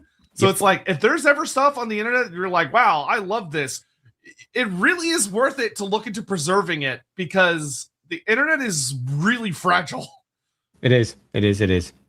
Anyway, from Dinoman, what if this is Sayl post Tamarkan? How is Tamarkan... Wait, pardon me, not what? Wait, is this Sayl post Tamarkan? How's Tamarkan still alive? Do they address that or not in Total War? No. So Total War doesn't... it's good they don't do this, because if they did, everyone's brain everything would explode from the effort. Like a house of cards, it would all come tumbling down. Yeah, it is. They do not try to be like, this is the year, this is what everyone's doing in this year. They throw everyone together in a time they think is interesting. So Tamarkan, when you play a Tamarkan campaign, is literally at the start of his invasion's journey. Yep. Sayl is given a storyline where he is post Tamarkan invasion story. So you'd look at that and go, well, that's a paradox. And I go, yeah, you're right. Yeah, it's Smash Bros. Rules. They don't care. It's Smash Bros. Rules. Characters are picked up. Like, if you sat me and Andy down and you said, here's $10,000, write me a timeline that explains how this could work, sure, we could do it. But there would definitely be a couple parts where we'd be going, yeah, some of them are going to be tougher than others. Yeah. Could we do it? Sure. But it would basically be an alternate reality where Sayl sees Tamarkan coming, and you, as the player, have the opportunity to be like, oh, do I want to join with him? Or does Sayl go, oh, get me the fuck out of here, and I'm going to go invade Cathay instead? Because it's sandbox. They don't care. Which is good. I think if they cared, they would hurt the game more than it would help it. And last, Ricky Chapman. Sayl did get some revenge, by the way, of Clan Eshin assassins. My Chaos Lord did fight Nightmaw, which was both fun, as both were horrifying mutant mounds biting and clawing each other. Oh, holy crap, that does not sound like fun. All right, so my conclusion for this one is going to be just as simple as my intro, because the conclusion for this is pretty easy. We have seen who Sayl is. Cool. Thanks, you're awesome. We appreciate you. We have seen who Sayl is, and he is a scammer. He is a manipulator, and he is not wholly successful in everything that he attempts or manipulates. So he's a more complicated character than some characters that Warhammer offers, where they are almost perfect versions of what could potentially be, not necessarily very well written. Sayl is quite different to that. He's complicated, broken, and capable, but capable in a way that leaves all around him really, really not liking him, because he will use absolutely anyone and anything to further his own aims, and it lands him in trouble again and again. But rather than ever getting into trouble fully, he sort of surfs the wave of trouble as trouble falls behind him, and then gets into another problem and another one in front of him, pulling it towards him to deal with what's behind as he throws his new allies at the people who are chasing him. Until eventually, hopefully, he will achieve his end goal, which is more power, and yet more power, and more power. He's just a hungry, hungry hippo, constantly looking for more. And if you were to sum up his power, it would be his not silver tongue, but his golden tongue, his ability to persuade anyone to his way of thinking, even though often what he's saying is truly not in the best interests of those he's saying it to. But he preys upon people in points of weakness. He preys upon those who are disadvantaged. He preys upon those who are in a state of, well, horror often when it comes to chaos, and gives them that chance, offers them an opportunity to get out of it with him as their great leader. And so many are willing to fall for his bullshit. Basically, he's the biggest bullshitter, or one of at least, that Warhammer has got to offer. And as a bullshitter, he's not the most powerful, he's not the most capable, but he is super good at getting away with it. And if you play the Total War version, he very well might get away with it, as he eventually betrays everybody around him to achieve almost small but godlike power, using all of the magic for his own ends, whatever his next set of ends might be. And a core part of his character is that he doesn't swear to the Chaos Gods. There's only really one person that Sayl swears to, and that's himself. There's only really one person that matters to Sayl, one entity, one thing, and that's his own survival. Fuck the rest of the world. It could burn as far as Sayl is concerned, and I think in some respects, he offers a missed opportunity for the end times.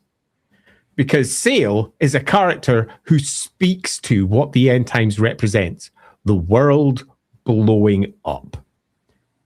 And Sayl is exactly the sort of person who would happily blow the world up if he thought that he would survive it. So having him wrapped up in that, I think would be a great part of the pitch for how one could re-examine the end times and not change its story, but just readdress all the characters that Warhammer has to offer and say, what did they do? How can we look at it better? Because as we've seen from the old world, they're quite happy just rewriting the background as and where it suits them, including their own background that they've established in earlier books that they rewrite with later books. We'll be getting to that this Tuesday when we're going to be discussing the two most recent books from the old world. And it's going to be super fun because we're going to be discussing lots of cool lore details in there. But if I was to sum up Sayl, I would say brilliant character. Actually, genuinely one of Warhammer's better ones, who has been nicely expressed, is utterly despicable, and is the sort of character you want nothing to do with. What better representation of chaos can you have than Sayl? He is terrible, and I love him for it. And I just wish that he'd been used in the end times, because he could have really stirred some shit up, and that would have been cool. Yep, and I'll also add that he also... look at the time. Yeah. Last thing I'll say is that I also really appreciate very much that Alan Blight and the writers designed him, and they didn't fall into the thing of, oh, well, he's a sorcerer, so he's got to be Tzeentch. Or, oh, he lies, so he's got to be Tzeentch. Of that allowing chaos to be complex, and that more than likely the vast majority of chaos is not dedicated. They're just out for themselves. The vast majority of people that follow chaos are not monogod. Yeah, and it was beautiful for that. And as Dino Man ends with, to paraphrase a song by Genesis about evangelists, I couldn't even get the word out. Chaos, they know me, and they know I'm right. Not Jesus, as the song actually says. I've been speaking of chaos all my life. And yeah, that's exactly what he does. Yep. All right, we'll see you guys tomorrow, Roleplay Lorebeards. Tuesday, we'll be doing Old World, which is going to be hype. Do make sure you come and join me in half an hour over on the World Anvil channel. I'm going to quickly share that at the end. That YouTube link will take you straight to it. They're also on Twitch, though, so just type World Anvil into Twitch and you'll find them. We're going to be building an entire adventure in an hour. That's me, and I'm just going to check who I'm at. I think it's Cody Ponsmith. It is. Cody Ponsmith, the head writer over on the Witcher RPG. We're going to be sitting down and designing an adventure within an hour, and we'll be taking all sorts of cool ideas and pulling it together. It's going to be awesome. So that's in half an hour's time over on World Anvil's channels. Yeah, and please like the stream. Leave a comment down below if you liked it. That helps promote this to other places. Please share it to other people, because we love speaking to everyone. Yeah. We'll see y'all. We'll see y'all on Tuesday. Or certainly will. In like 30 minutes. But I'll see y'all on Tuesday. Bye-bye. See you all in 30 minutes on Tuesday. Bye-bye.